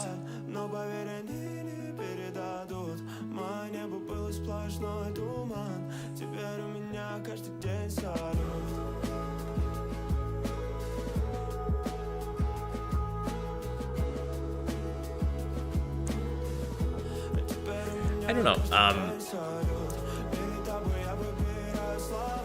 Like I said, I really liked this EP that came out earlier in the year. I was excited when I saw this. I was a little taken aback when I realized that it was a bunch of reworked versions of songs. But I don't know. I feel like when Martin puts out a full length in the near future, if that does happen next year maybe, I feel like it's gonna be really good because I've enjoyed everything I've heard by him so far. It's nothing, again, nothing huge or wildly different. It's just well done. You know, it's like a pop punk album can be wildly done. It's still pop punk, but.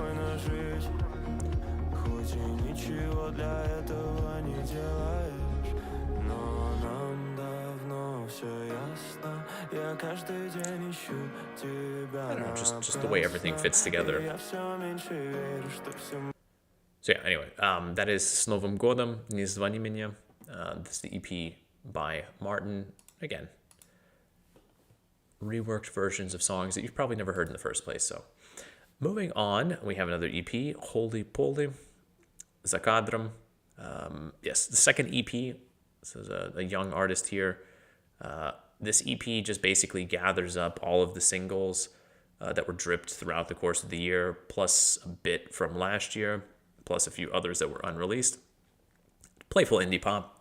There are some radio rock edge at times with the electric guitar. I'll be fair, it's quite generic at times. Feels like a lot of stuff that can get some radio play. maybe that's what they're going for in part, but it does also feel like it feels like there's something here, and that maybe the artist just needs to play around with it a little bit, make it stand out. But there definitely are some tracks, I think, on this EP.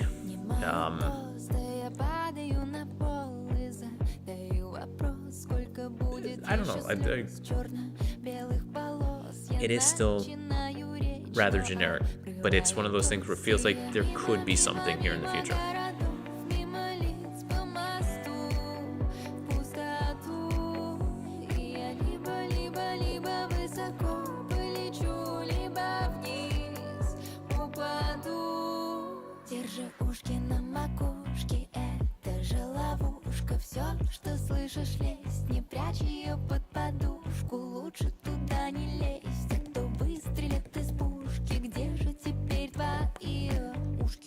Karo's like, how's the bass line?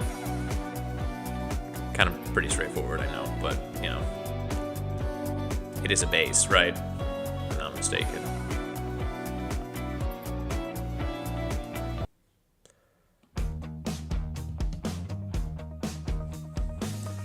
Запрещаю себе думать, лучше не знать ничего лишнего, ничего личного. Я запрещаю плакать себе. But there are a lot of we've heard a number of artists this year that have sounds similar to this.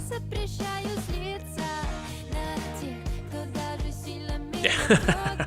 Alright, we got the live bass guitar. Alright, we're good. Yeah, I mean, I will agree, it is better, obviously. But at the same time, and I think that you would probably agree with this too, that in 2025, if somebody is making music largely by themselves, then their ability to use a non-real bass guitar in order to put out music is still ultimately a step forward. 2000 sound, yeah, I would agree with that, yeah. And, like, that's... I always go back to pop punk because there are certain sounds that just cannot really advance any further. When they came out, they kind of came out like, what else are you gonna do with that? And this sound is kind of that same idea. That sort of Carly J. Repson, right?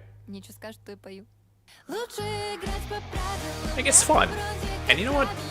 It's fun, it's simple, there's nothing too much to write home about. I know sometimes you want things like that.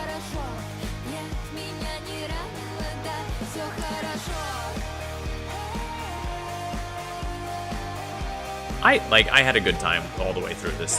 I wouldn't say that there's like a bad track on this. They are all solidly well done. The artist, like, seems like a very young group, so yeah, very fun little EP. I know it's an album, but like it's under 20 minutes long, so yeah. But yeah, that is Zakadram, and the group is Holy Polli.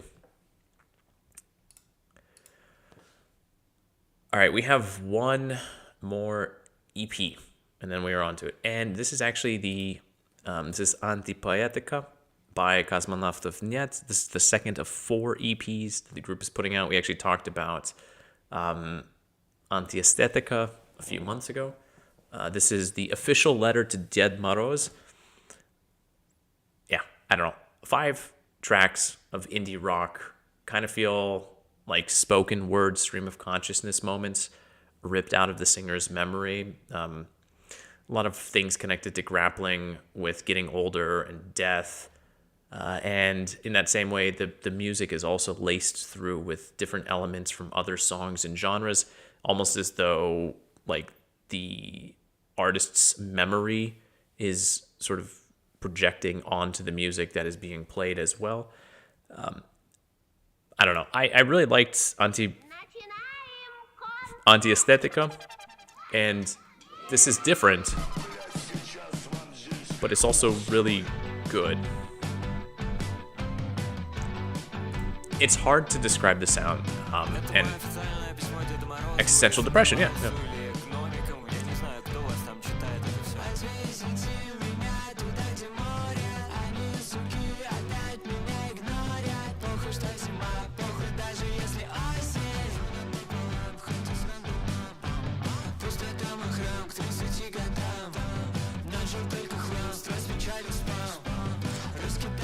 Also, fantastic album artwork. It's perfect.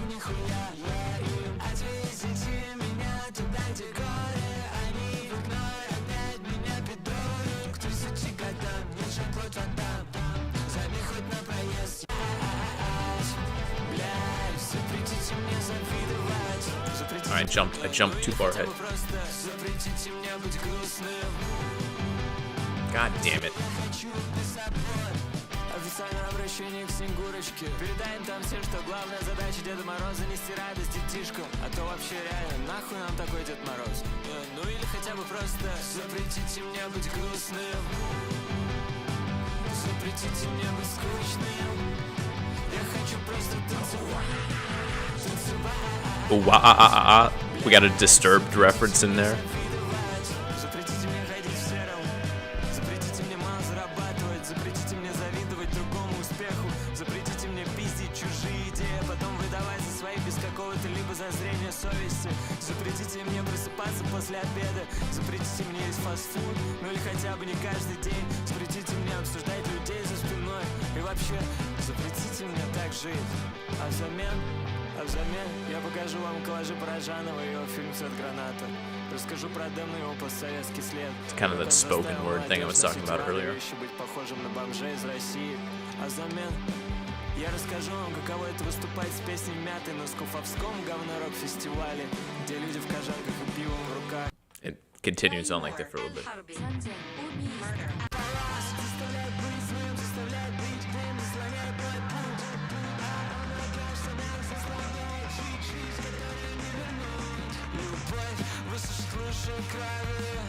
Спасет мир от боли, а то пока хуй без соли. Доедает кто-то, пока кто-то спорит. Когда тьма пожирает свет и луна, притворяется солнцем звездная пыль. Черный снег нас облакается, никогда не вернется. But the thing... научился замедлять время. Но пока только на 1 минуту. Еще 1 минута. The thing that like absolutely got me was the final track on this EP, because it's very like it kind of takes its time. It's talking about this, it's talking about that. И мать уже не молода. Я так хочу упасть в сугроб. But that existential depression, Karozek, that you were talking about, it like...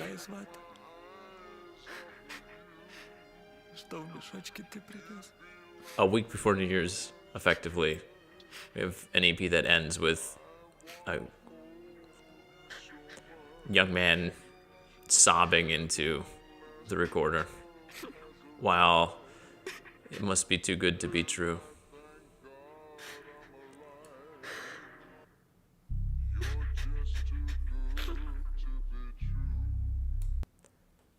It is a very interesting release, and it is one of those releases where it's their first EP in the cycle was very, very good. This one fits into it, and I do like. So Bureau was another group that did this over the course of this last year, where they released an EP for each season. And each time it came out, it was so nice, because all of the tracks are so focused and so tight, and they work so well together. And I kind of feel like Kosmonauts Net are going to be doing, like, I have a feeling that in the first quarter of next year, and then in the late spring, we'll get the second 2 parts of this quartet. And yes, I don't know. I had seen this group before. Their albums have a very specific look, typically with like this alien face on it. But I never listened to them. And with this EP and this last one, they are very much on my radar. So that is the group Kosmonauts Net, and the album is Antipaietica. Oh, a lot of tab limits. A lot of tab limits today. Moving on. We actually have another compilation, the final one. This is Снежный сборник, and again, various artists. So Christmas music doesn't really exist in Russia. New Year's music doesn't really exist in Russia. Holiday music doesn't really exist in Russia. The holiday songs that you hear whenever you go out are the same ones that you would hear in the States, pretty much. So holiday albums for that sense, like in that sense, are kind of non-existent because there's no sense in redoing foreign songs in like it just doesn't happen here.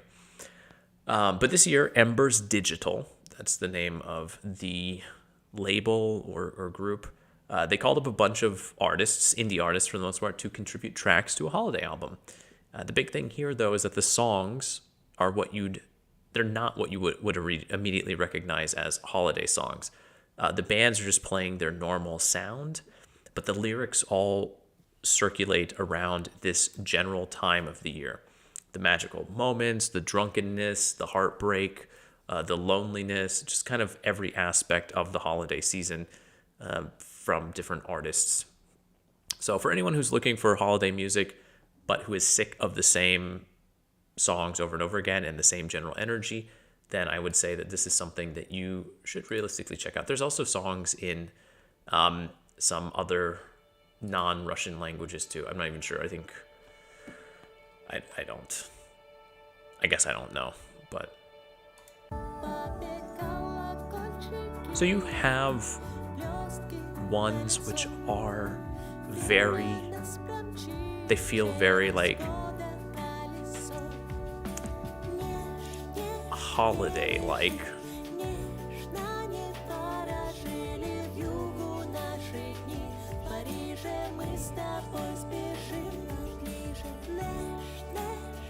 Just like as with any holiday song situation, there are songs on here that you're really going to enjoy, and there are ones that you just are not going to enjoy.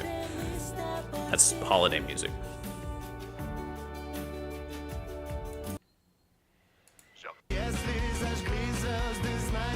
Right, like, that's a 180 from that last track.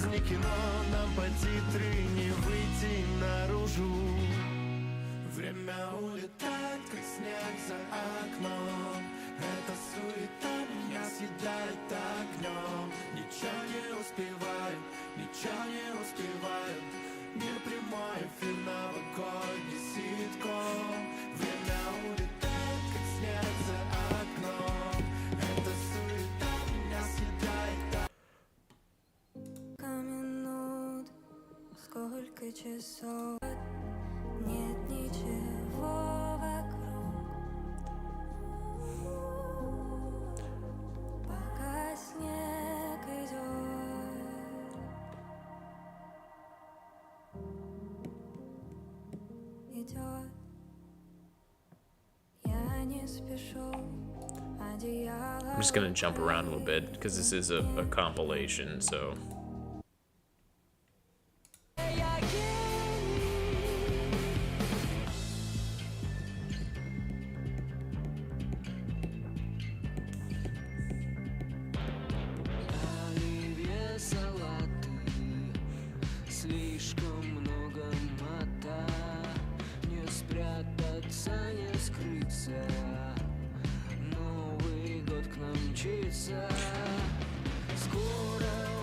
I don't want to make it look like only the first half is pretty good. It just, I listened to a lot of this on Yandex Music and did not then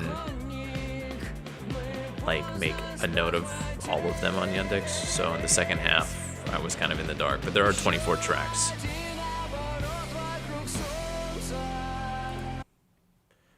Yeah, I'm assuming there's gonna be a lot of live bass from here on out. I'm just gonna be completely honest. So it's this kind of nice mix between pop music, indie music, like more emo adjacent stuff, things like this which are electro pop.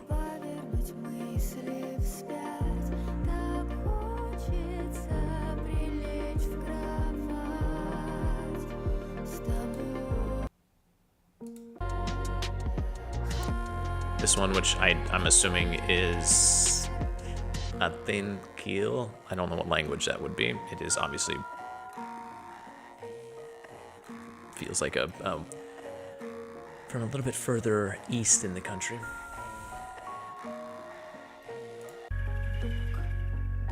So it's a long one, right? You can see it's a minute 10 out, a minute 10. Jesus Christ, what the fuck am I? That's an hour 10 minutes. But there are some really fun tracks on here. There are some ones that are a lot more atmospheric, and I feel like it's one of those where you can either listen to it as a whole, just put it on and not really think about it, or if you're going for a specific mood, then it's one of those where some tracks have a lot more of that sort of magical, other ones have more of the kind of having fun with friends type of energy. But all in all, none of them feel, with the exception of Novi God here, which is probably one of the worst ones on the album. No offense. None of them feel like they're specifically designed for the holiday. The rest of them are just kind of connected to winter, spending time with friends and holidays, or just like the stuff that you do, right? Getting drunk, having fun, eating up too much food, going out with family. Like, it's very, I don't know. It's a nice compilation, and it's something that we don't see a lot of, all things considered, here in Russia. So, oh my God, we still have 6. Up next, yes, it's a long one this week. We have Порез на Собаке and Предъяви сверху. A few weeks back, at the request of some people in the comments, I talked about the 4 positions of Bruno, 4 позиции Bruno, and Птицу Ем, which are projects of Alexander Sitnikov. He was a key element of those groups, and this group is also his group. It's been around for about a decade, and they've put out an album pretty much every year like clockwork. The music here is experimental, like all of Sitnikov's stuff, but this one is pretty easy to get into. There are plenty of tracks that have sections that feel like pop music. More experimental pop, to be sure, but it is still pop. And for anyone looking to let their freak flag fly, there's plenty of room for that on this album as well. Alexander's also not the only one here. There is a woman singing as well, and her vocals do kind of help to balance everything out. But this isn't psychedelic like Animal Collective. It's not experimental like Shushu. But if you enjoy those groups, you might enjoy this release.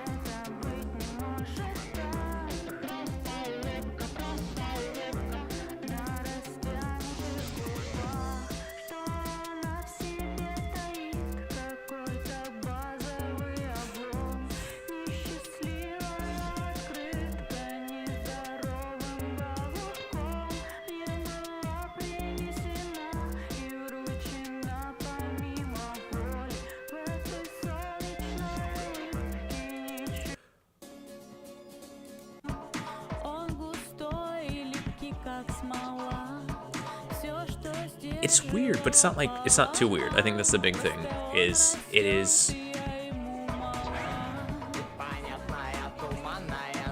It's on-ball music, but it has struck that balance where, like, even if you're not a big fan of experimental music or avant-garde, whatever the hell you want to call it, you could theoretically still listen to this. It might be a little bit off for you, but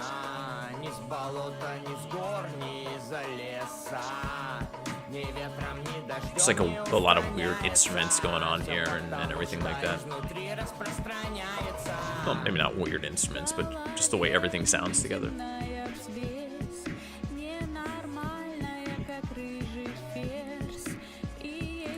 So, like, a lot of the tracks are pretty straightforward. But if you want to have something,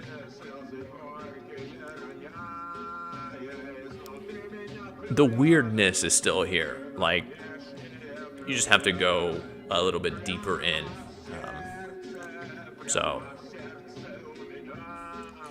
But I do think that, like, the tracks 2, 3, and 4 are kind of the heart of this album. It is only 2 people, yeah. But I do think Lift, Просто Улыбка, and Будем дружить are the core of this release. And I feel like it's pretty accessible for most people. But I mean, I feel like isn't that how Sitnikov has kind of worked? Like Птицу Четыре позиции Bruno, those are all groups that Sitnikov was part of, and I feel like it was also just a duo in most of those situations, if I'm not mistaken. Although maybe I might be wrong there.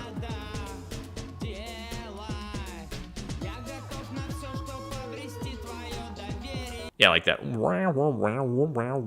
going on in the background. I don't know, it's different. It's not so weird that it would immediately cause people to turn it off. And it's something that I think a lot of people could listen to, and like a gateway drug, if you will. But that is the album Предъяви Сверху by the group Порез на Собаке. So, also, love the album artwork. Good stuff. Very, very good. So, okay, up next. I could have put this in the rap and hip hop category, but we're putting it here. And we are going to be coming back to the topic of underground indie rap, R&B, right, in a little bit here. So this release is just a primer. And while this release does, Gateway Drug, there you go. While this release does ostensibly fit into underground music, indie rap, R&B, there's just a lot going on here. There's reggae, there's blues, there's psychedelic, there's trip hop. It's all kind of mixed together. Nothing really feels steady. It's an album about pain, making peace, and love. It's a swirl of emotions, and the music kind of goes together with that. And honestly, it's an interesting release. I wasn't really sure about it at first. I think the biggest complaint I have with it is the vocals. Sometimes do the mush mouth, like, where they're not really singing and not really enunciating anything. But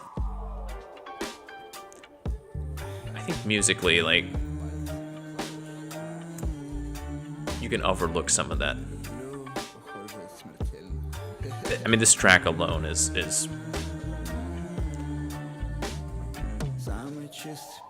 Самый вкусный день, самый честный стих. Фляга свистит, даже когда самый честный стих. Некуда идти, покидаю объектив. Реки тают, как пломбир, кофе, сига, детектив. Rolling Stone, городской массив. Она так красиво. Also, I do like the album artwork. You've got questions. Is it Yeti with flowers? What's going on there? Самый вкусный день, самый честный стих. Фляга свистит, даже когда самый честный стих. Некуда идти, покидаю объектив. Реки тают, как пломбир, кофе, сига, детектив. Ты знаешь обо мне, да что ты знаешь обо мне, что ты знаешь обо мне, да что ты знаешь обо мне.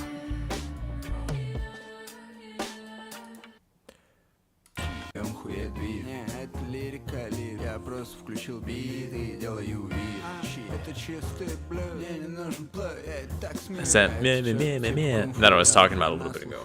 Предательно похуй на это, я просто еду прямо, я W. Кстати, я тебя люблю, малая, иногда прям дела, иногда прям, типа не могу делать дела. Я кладу строки, как кирпичи в дом, и ты сопишь днем, паришь днем, горишь днем. Я думаю только об этом день за днем, даже когда мы умрем. Я спущусь в ад за тобой или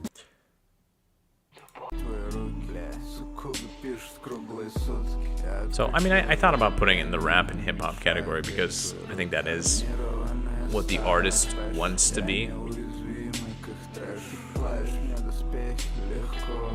But I feel like the album's strongest moments, and a lot of the musical ideas are not there.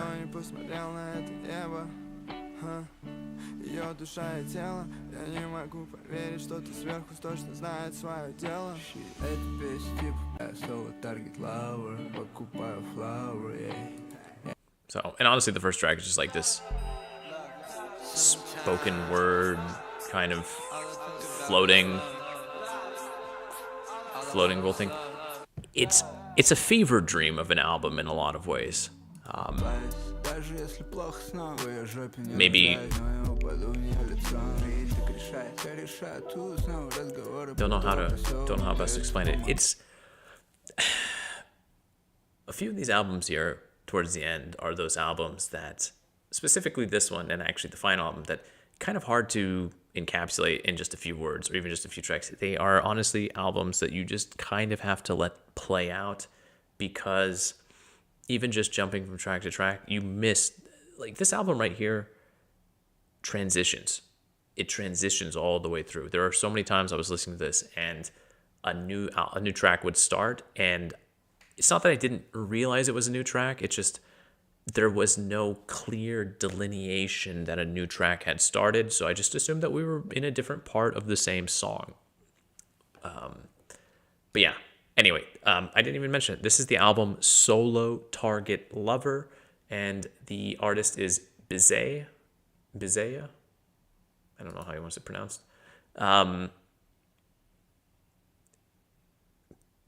Kind of, they're definitely, like, you're not going to like everything on the album, but there are just so many different ideas happening that I think that's okay. Like, the artist is definitely doing something a little bit more different there. Okay, up next, we have an artist I've talked about last year, Sтереополина, Feria. So yeah, honestly, the current queen of synth pop in the country. I'm not really sure if there's a competition, but still, right? And this is her new release.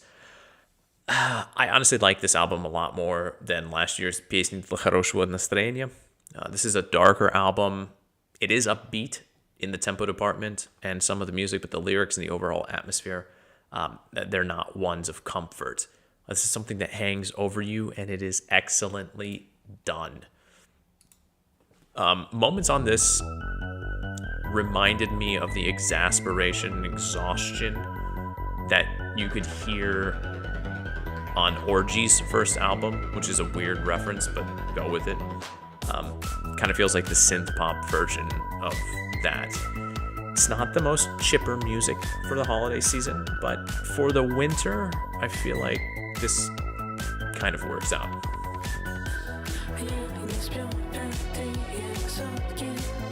And even the album artwork fits in with that overall. Like, you have this very pastoral landscape, and then these three figures all in black in the children masks, which I know is kind of cliche and played out at this point in time, but still.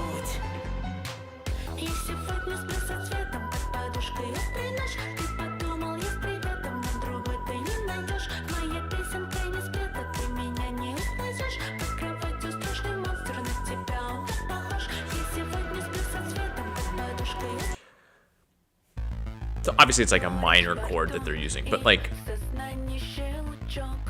there's energy here, there's movement, but it's not the like positive upbeat stuff.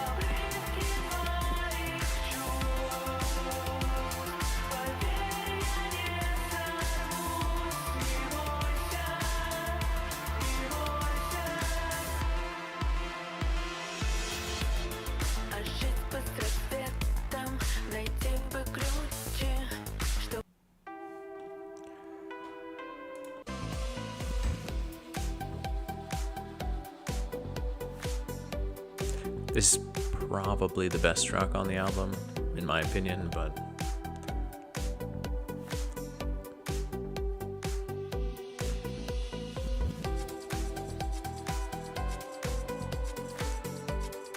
it feels like the musical equivalent of keep smiling even if you're breaking on the inside type of thing.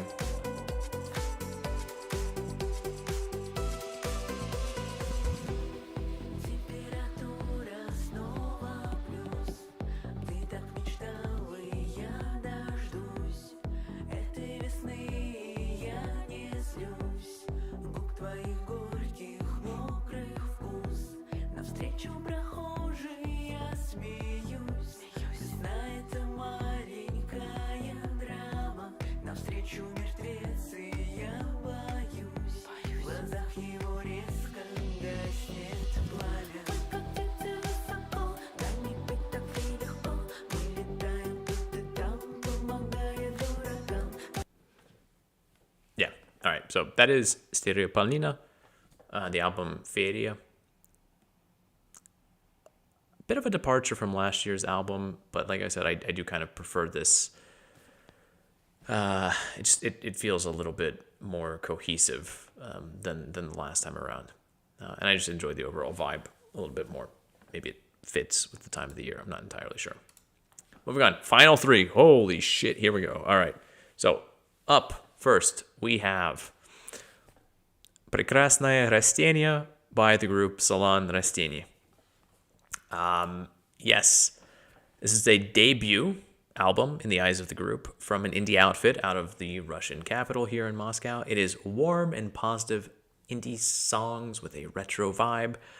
Probably the biggest draw and the thing that you're going to enjoy the most on this album are the just completely irreverent lyrics. There's a song about men who love milk, a song apology to the neighbor living downstairs after playing the guitar too loud, in which the singer explores what he and the neighbor have in common, a song about a walk through the botanical gardens, about a worker on the night shift in a flower shop, lots of plant references, kind of checks out with the name, a song about sunstroke, a song about ice cream, a song about tasty plov and ice cream and tea. Just like completely whatever. It's kind of like whatever I'm looking at, I'm just going to write a song about it type of energy. But the music fits with it so well. It is just carefree.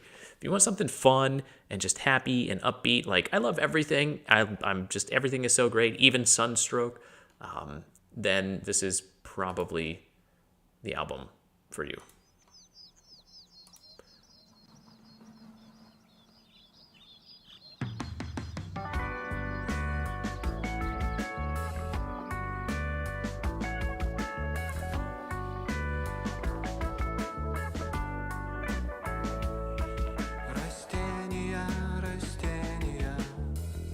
Меня растения, растения, мой лучший друг. Учитываю мнения, близка их точка зрения, приятен тихий веток стук. Song about plants.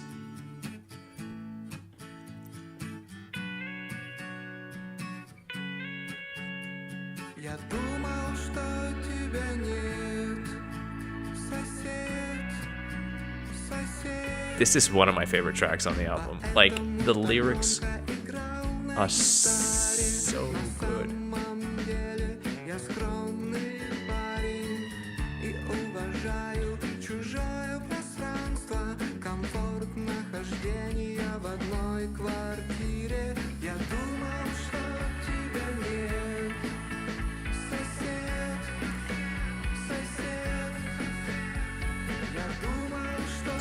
It's just so positive. It's just so positive. This is a little bit chaotic, but just wait. Men adore milk. Like, the music is so good. It's so, like...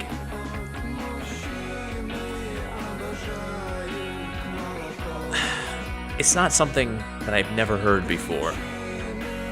But the music, singing about men adoring milk. I I don't know what this is. I can't explain it. But, like, it's kind of brilliant.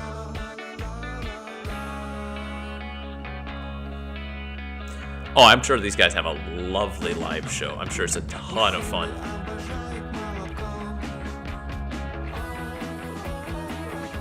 I'm sure they've got, like, weird costumes and everything, too. Like, the thing is, like, this entire album is just fun. It's fun. There's no other way to describe it. Like, if you just want an album that's silly and fun and just good music, just throw this on. Like, you're not gonna have any...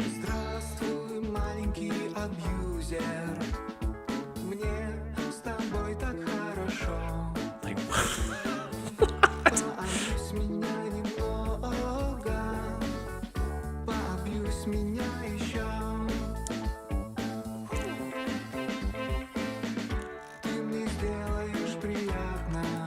Just, I could go through every single track. I have to do the Самый вкусный чай, though. Wait. Yeah, okay.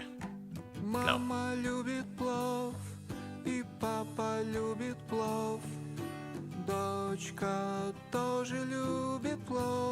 I don't know Henge. I'm gonna have to open that up here on my laptop. Henge.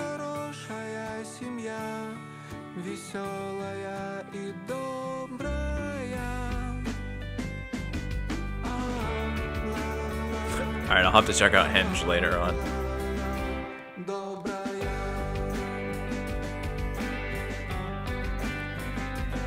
There's also a group, Man, who I really enjoyed. They have like this weird, I don't even know how to describe that music. Really fun group too. Really weird sound, but just like it works. So.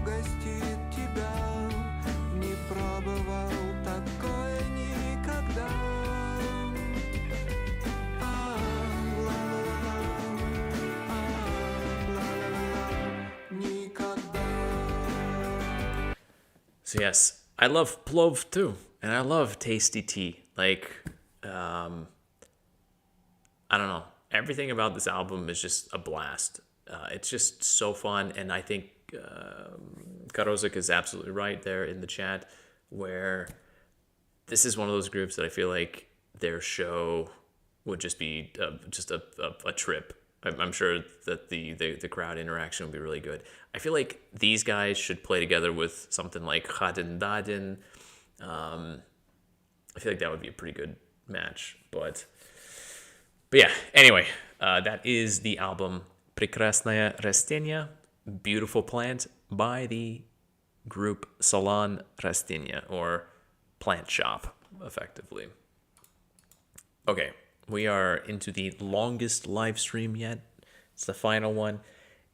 This album here came out of nowhere. December 12th. This is Юнсн and the album Хранители маленьких принцесс. So, I love Sufjan Stevens. I think I like Sufjan Stevens. His albums, especially Michigan and Illinois, heavily skewed my understanding and expectations of indie music during those early formative years of music consumption. And while the scope and orchestration of those albums, of the Michigan and Illinois albums by Stevens, are vast compared to what we have on this album, because this is a solo project that feels like it was recorded more or less in a bedroom of sorts. There is something in the arrangements on this album, in the bearing of the musician when it comes to singing, of the layering of things to create these soundscapes, of the oddball sounds and instruments kind of tucked away throughout the tracks. Something in this album, when I was listening to it, was just like, this is Illinois. Like, it pulled that reference up. And like, that's not one of those things that gets pulled up very often. And that is like a very solid album, very heavy one for me. Musically, phenomenal. I do also want to share what the artist had to say about this about the album. So this is all a quote. It's not a continuous quote. It's kind of snippets here and there, just like slap stuff together. So I sometimes feel out of sorts during the cold time of the year. There's not some kind of winter music that I want to listen to and feel better. It's as though I fall into hibernation. All typical and beloved activities freeze over. Everything inside is paused and takes a break until spring. Never leaving the house is the desire, where it's always warm. And even more is it desired to simply be in a soft bed in the embrace of a weightless but simultaneously heavy blanket. Not speaking about how beyond the window is winter. All the same, I'm glad that there are moments when you are somewhere between dream and reality, when you slow down and put everything in its place, find those very hidden away upstairs things. When you look in the windows of other houses, looking for someone or something, and among it all you find yourself. So amusing, so awkward. You learn to accept conditions which are unusual for you and let them into your life, all the while remaining immutably fragile. It's winter. I think it's a great quote. I think it's music that fits that. And I'm just going to play some of this because I think it just, yeah.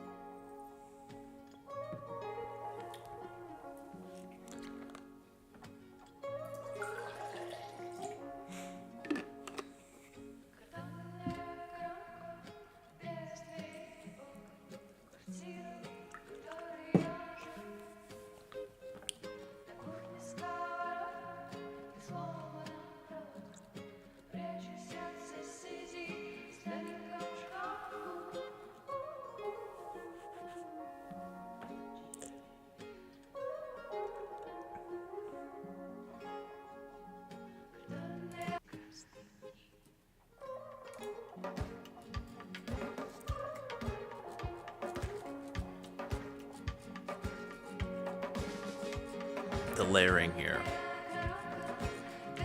It's not quite there yet, but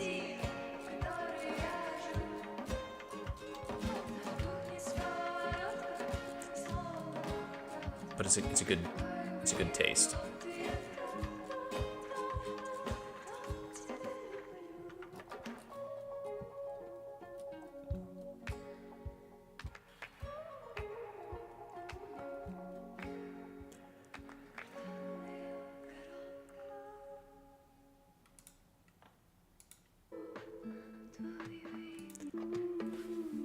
It's very dialed back a lot of the time.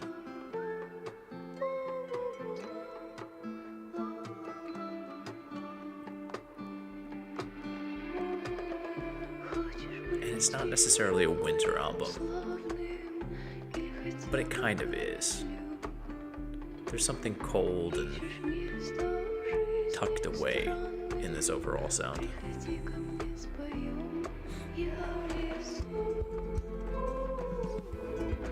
This. Karozik, remember you were talking about stereo before? There is stereo here.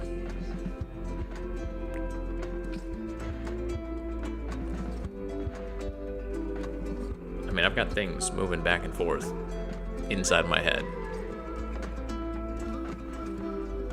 The whistles kind of move around.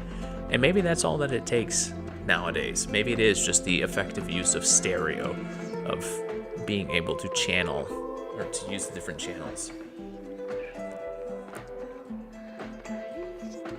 But if nobody's doing it, then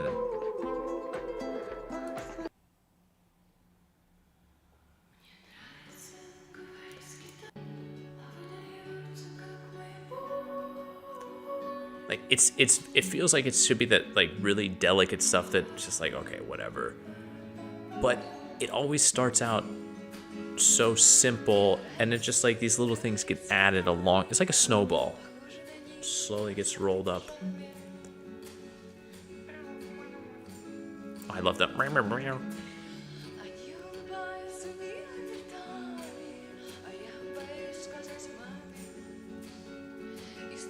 Wait, hold on, where's it here?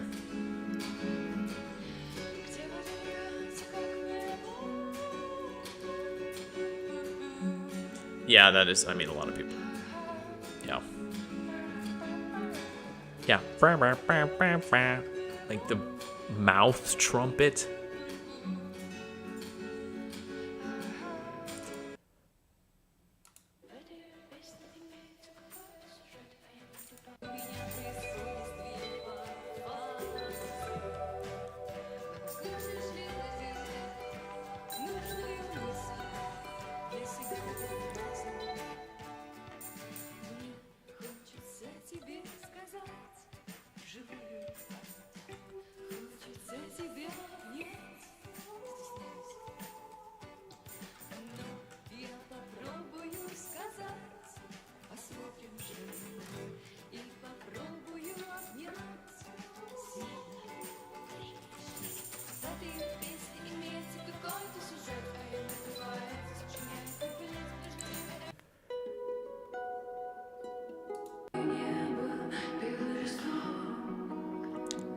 It is a cold album.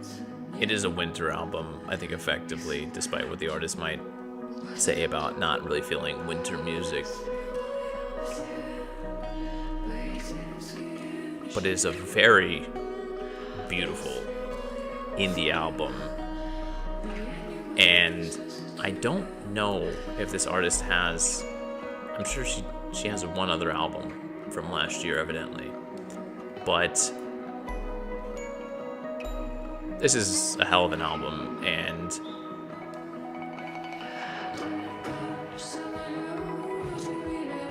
this is the track. This is, I think, the track where everything clicked for me.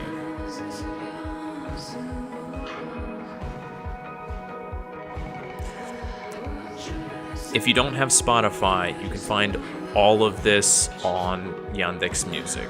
So I did not put the links up for that, but I'm assuming that you can, if you don't have a Spotify subscription, then you can find it on Yandex or Vkontakte. Obviously, it is also there as well.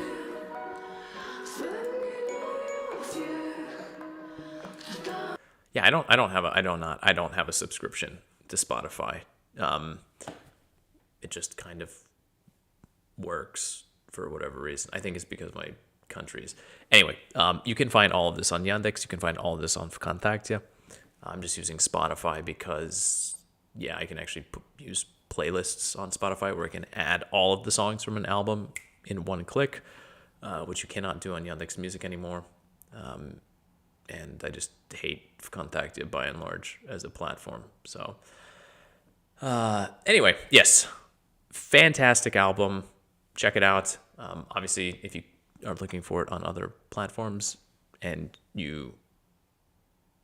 I think, yeah, if you're going to use Yandex Music or Vkontakte, you can just, type it in Russian. I think it'll be fine. Yeah, or figure out the VPN thing. That's also it too. But yeah, that is Юнсн, and the album is Хранители маленьких принцесс, or the Guardians of Small Little Princesses. And then we're here. We're at the end. The final top of the week for 2025, and we have the album Ego by Источник.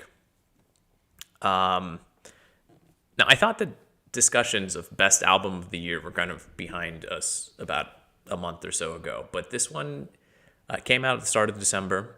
I've been kind of sitting on it, slowly taking it in. There is stuff that could be said about the history of this group. It started out as like an 8-person project, but as I understand it, this is now something completely different.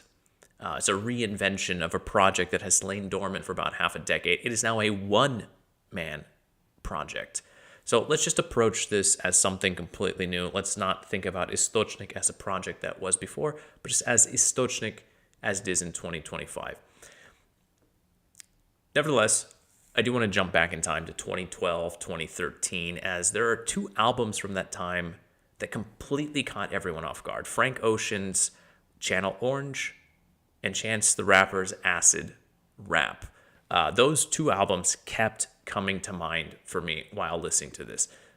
There's a lot of playful line delivery in the sort of hip-hop way that Chance the Rapper had, as well as the off-kilter kind of experimental edge to the music, but the earnestness and soul put into the music feels like it's something from Frank Ocean and his reinvention of R&B. This isn't R&B, though. This isn't rap. This is still indie music. It's still pop music. Description of this album tried to call out the different facets, different musical facets you can hear during the 50-minute runtime.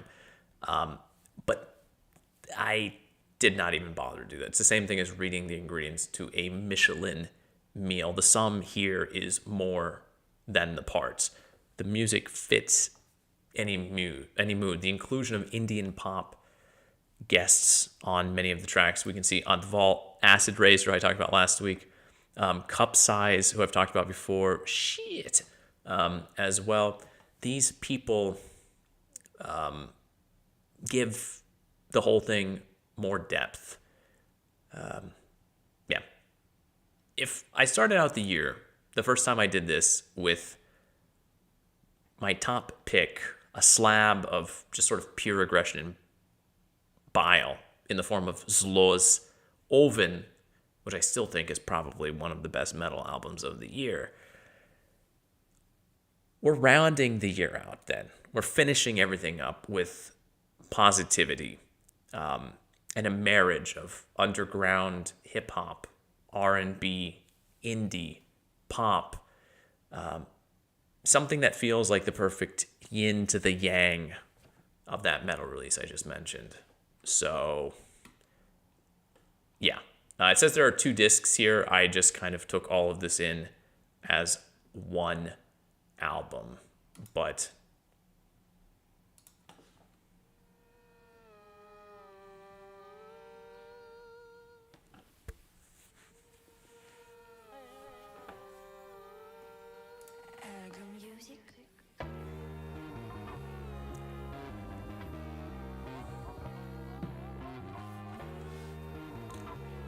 this is an album that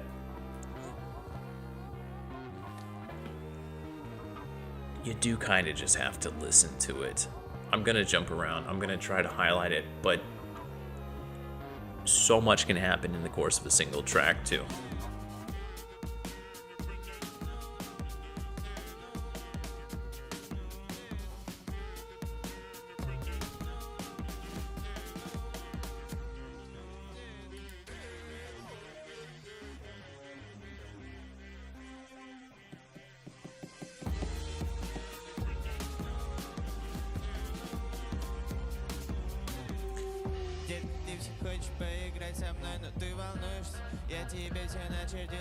Like if you know Chance the Rapper, even the intonation's a little bit the same.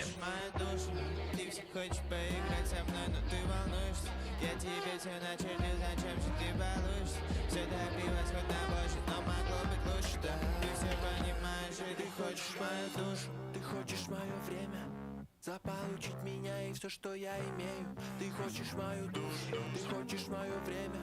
Заполучить меня и все, что я имею. How much has happened on just the first track of this album? I gotta jump around.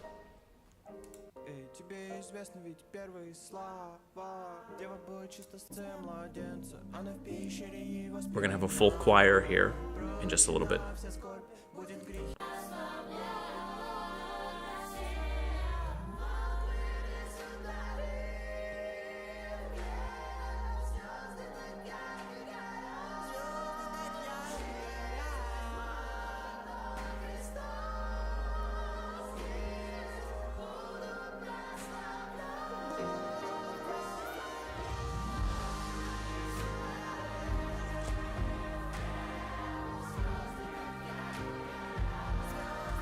So what is this? Is it hip-hop? Is it R&B? Is it soul? Gospel? Indie? Pop?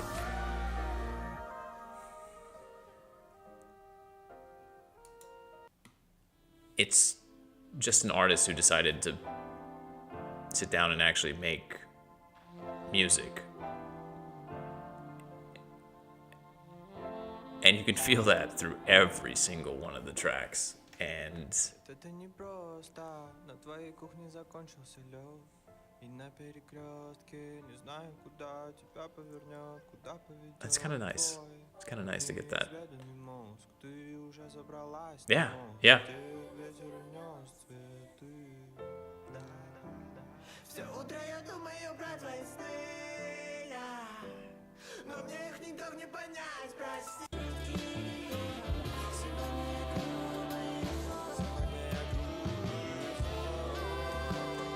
Kind of laid back, jazzy moment as well.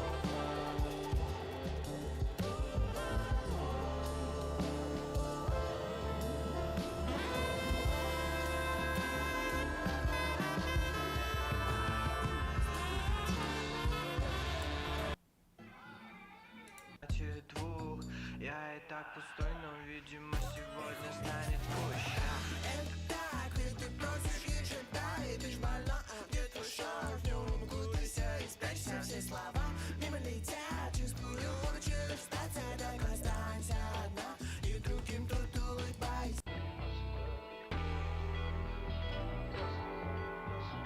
So many live instruments. All of the instruments are live instruments, let's be real.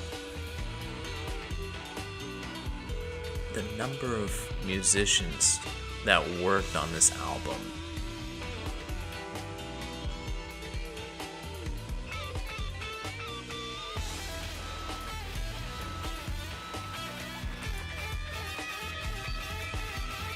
And they all feel like they were given the respect and attention that they deserve. Like each one was treated as a key element of the whole product.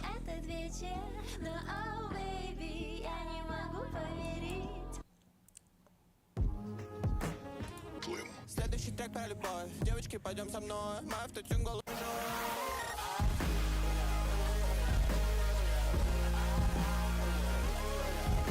And I'm gonna let this play out because there is something in this final track that gives me goosebumps still. There's something triumphant in it, even though it is these glitchy electronic beats, even though there are weird saxophone things going on in the background. It is, I don't know, it feels like an end cap, and I feel like this is the most appropriate album I could end the year with. It's not any one thing. It doesn't really sum up anything in any particular manner, but it's a really good encapsulation of what a good number of artists that we've run into this year can actually do when they sit down and get together and write music. There's a lot of good stuff that has happened on the Russian music scene in 2025. Is this the best? I don't know. We'll figure out. I got to do a little bit of review myself. But there's definitely something here, and I feel like ending the year with this album is it's probably the best way that it could end out. So really, really good album. Completely unexpected to get something of this caliber this late in the year, but here we are. So that is the album Ego by the project, by the group, by the artist Istocnik. Okay.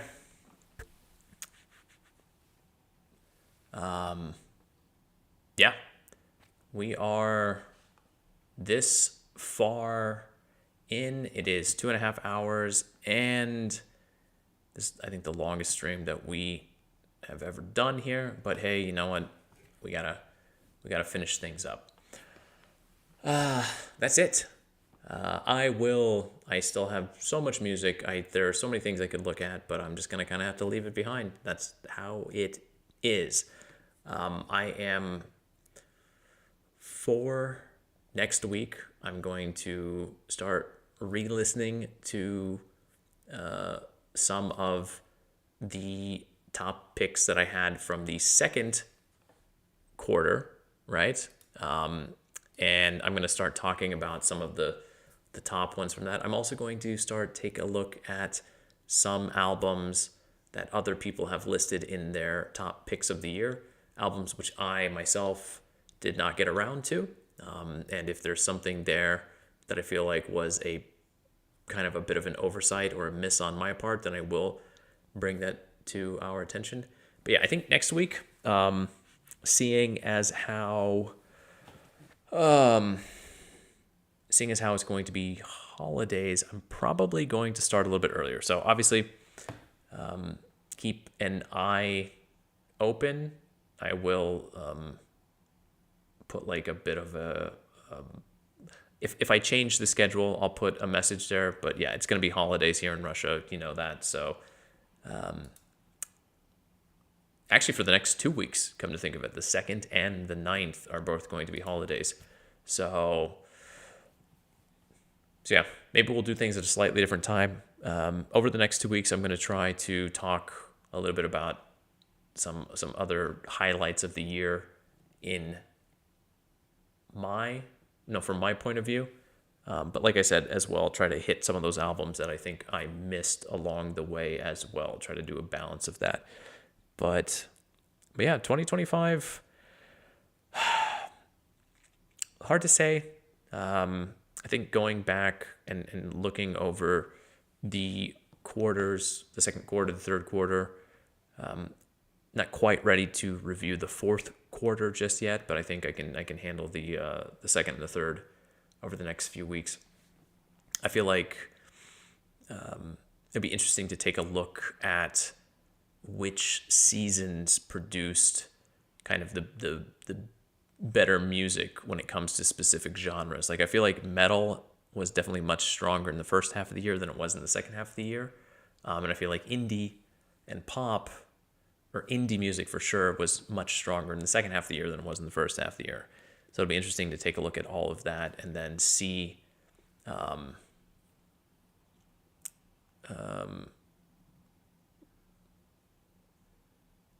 if it holds up for next year.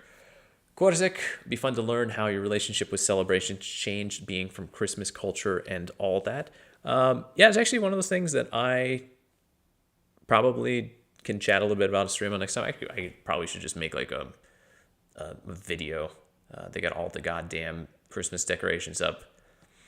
Sabiana did not spend the maximum amount this year.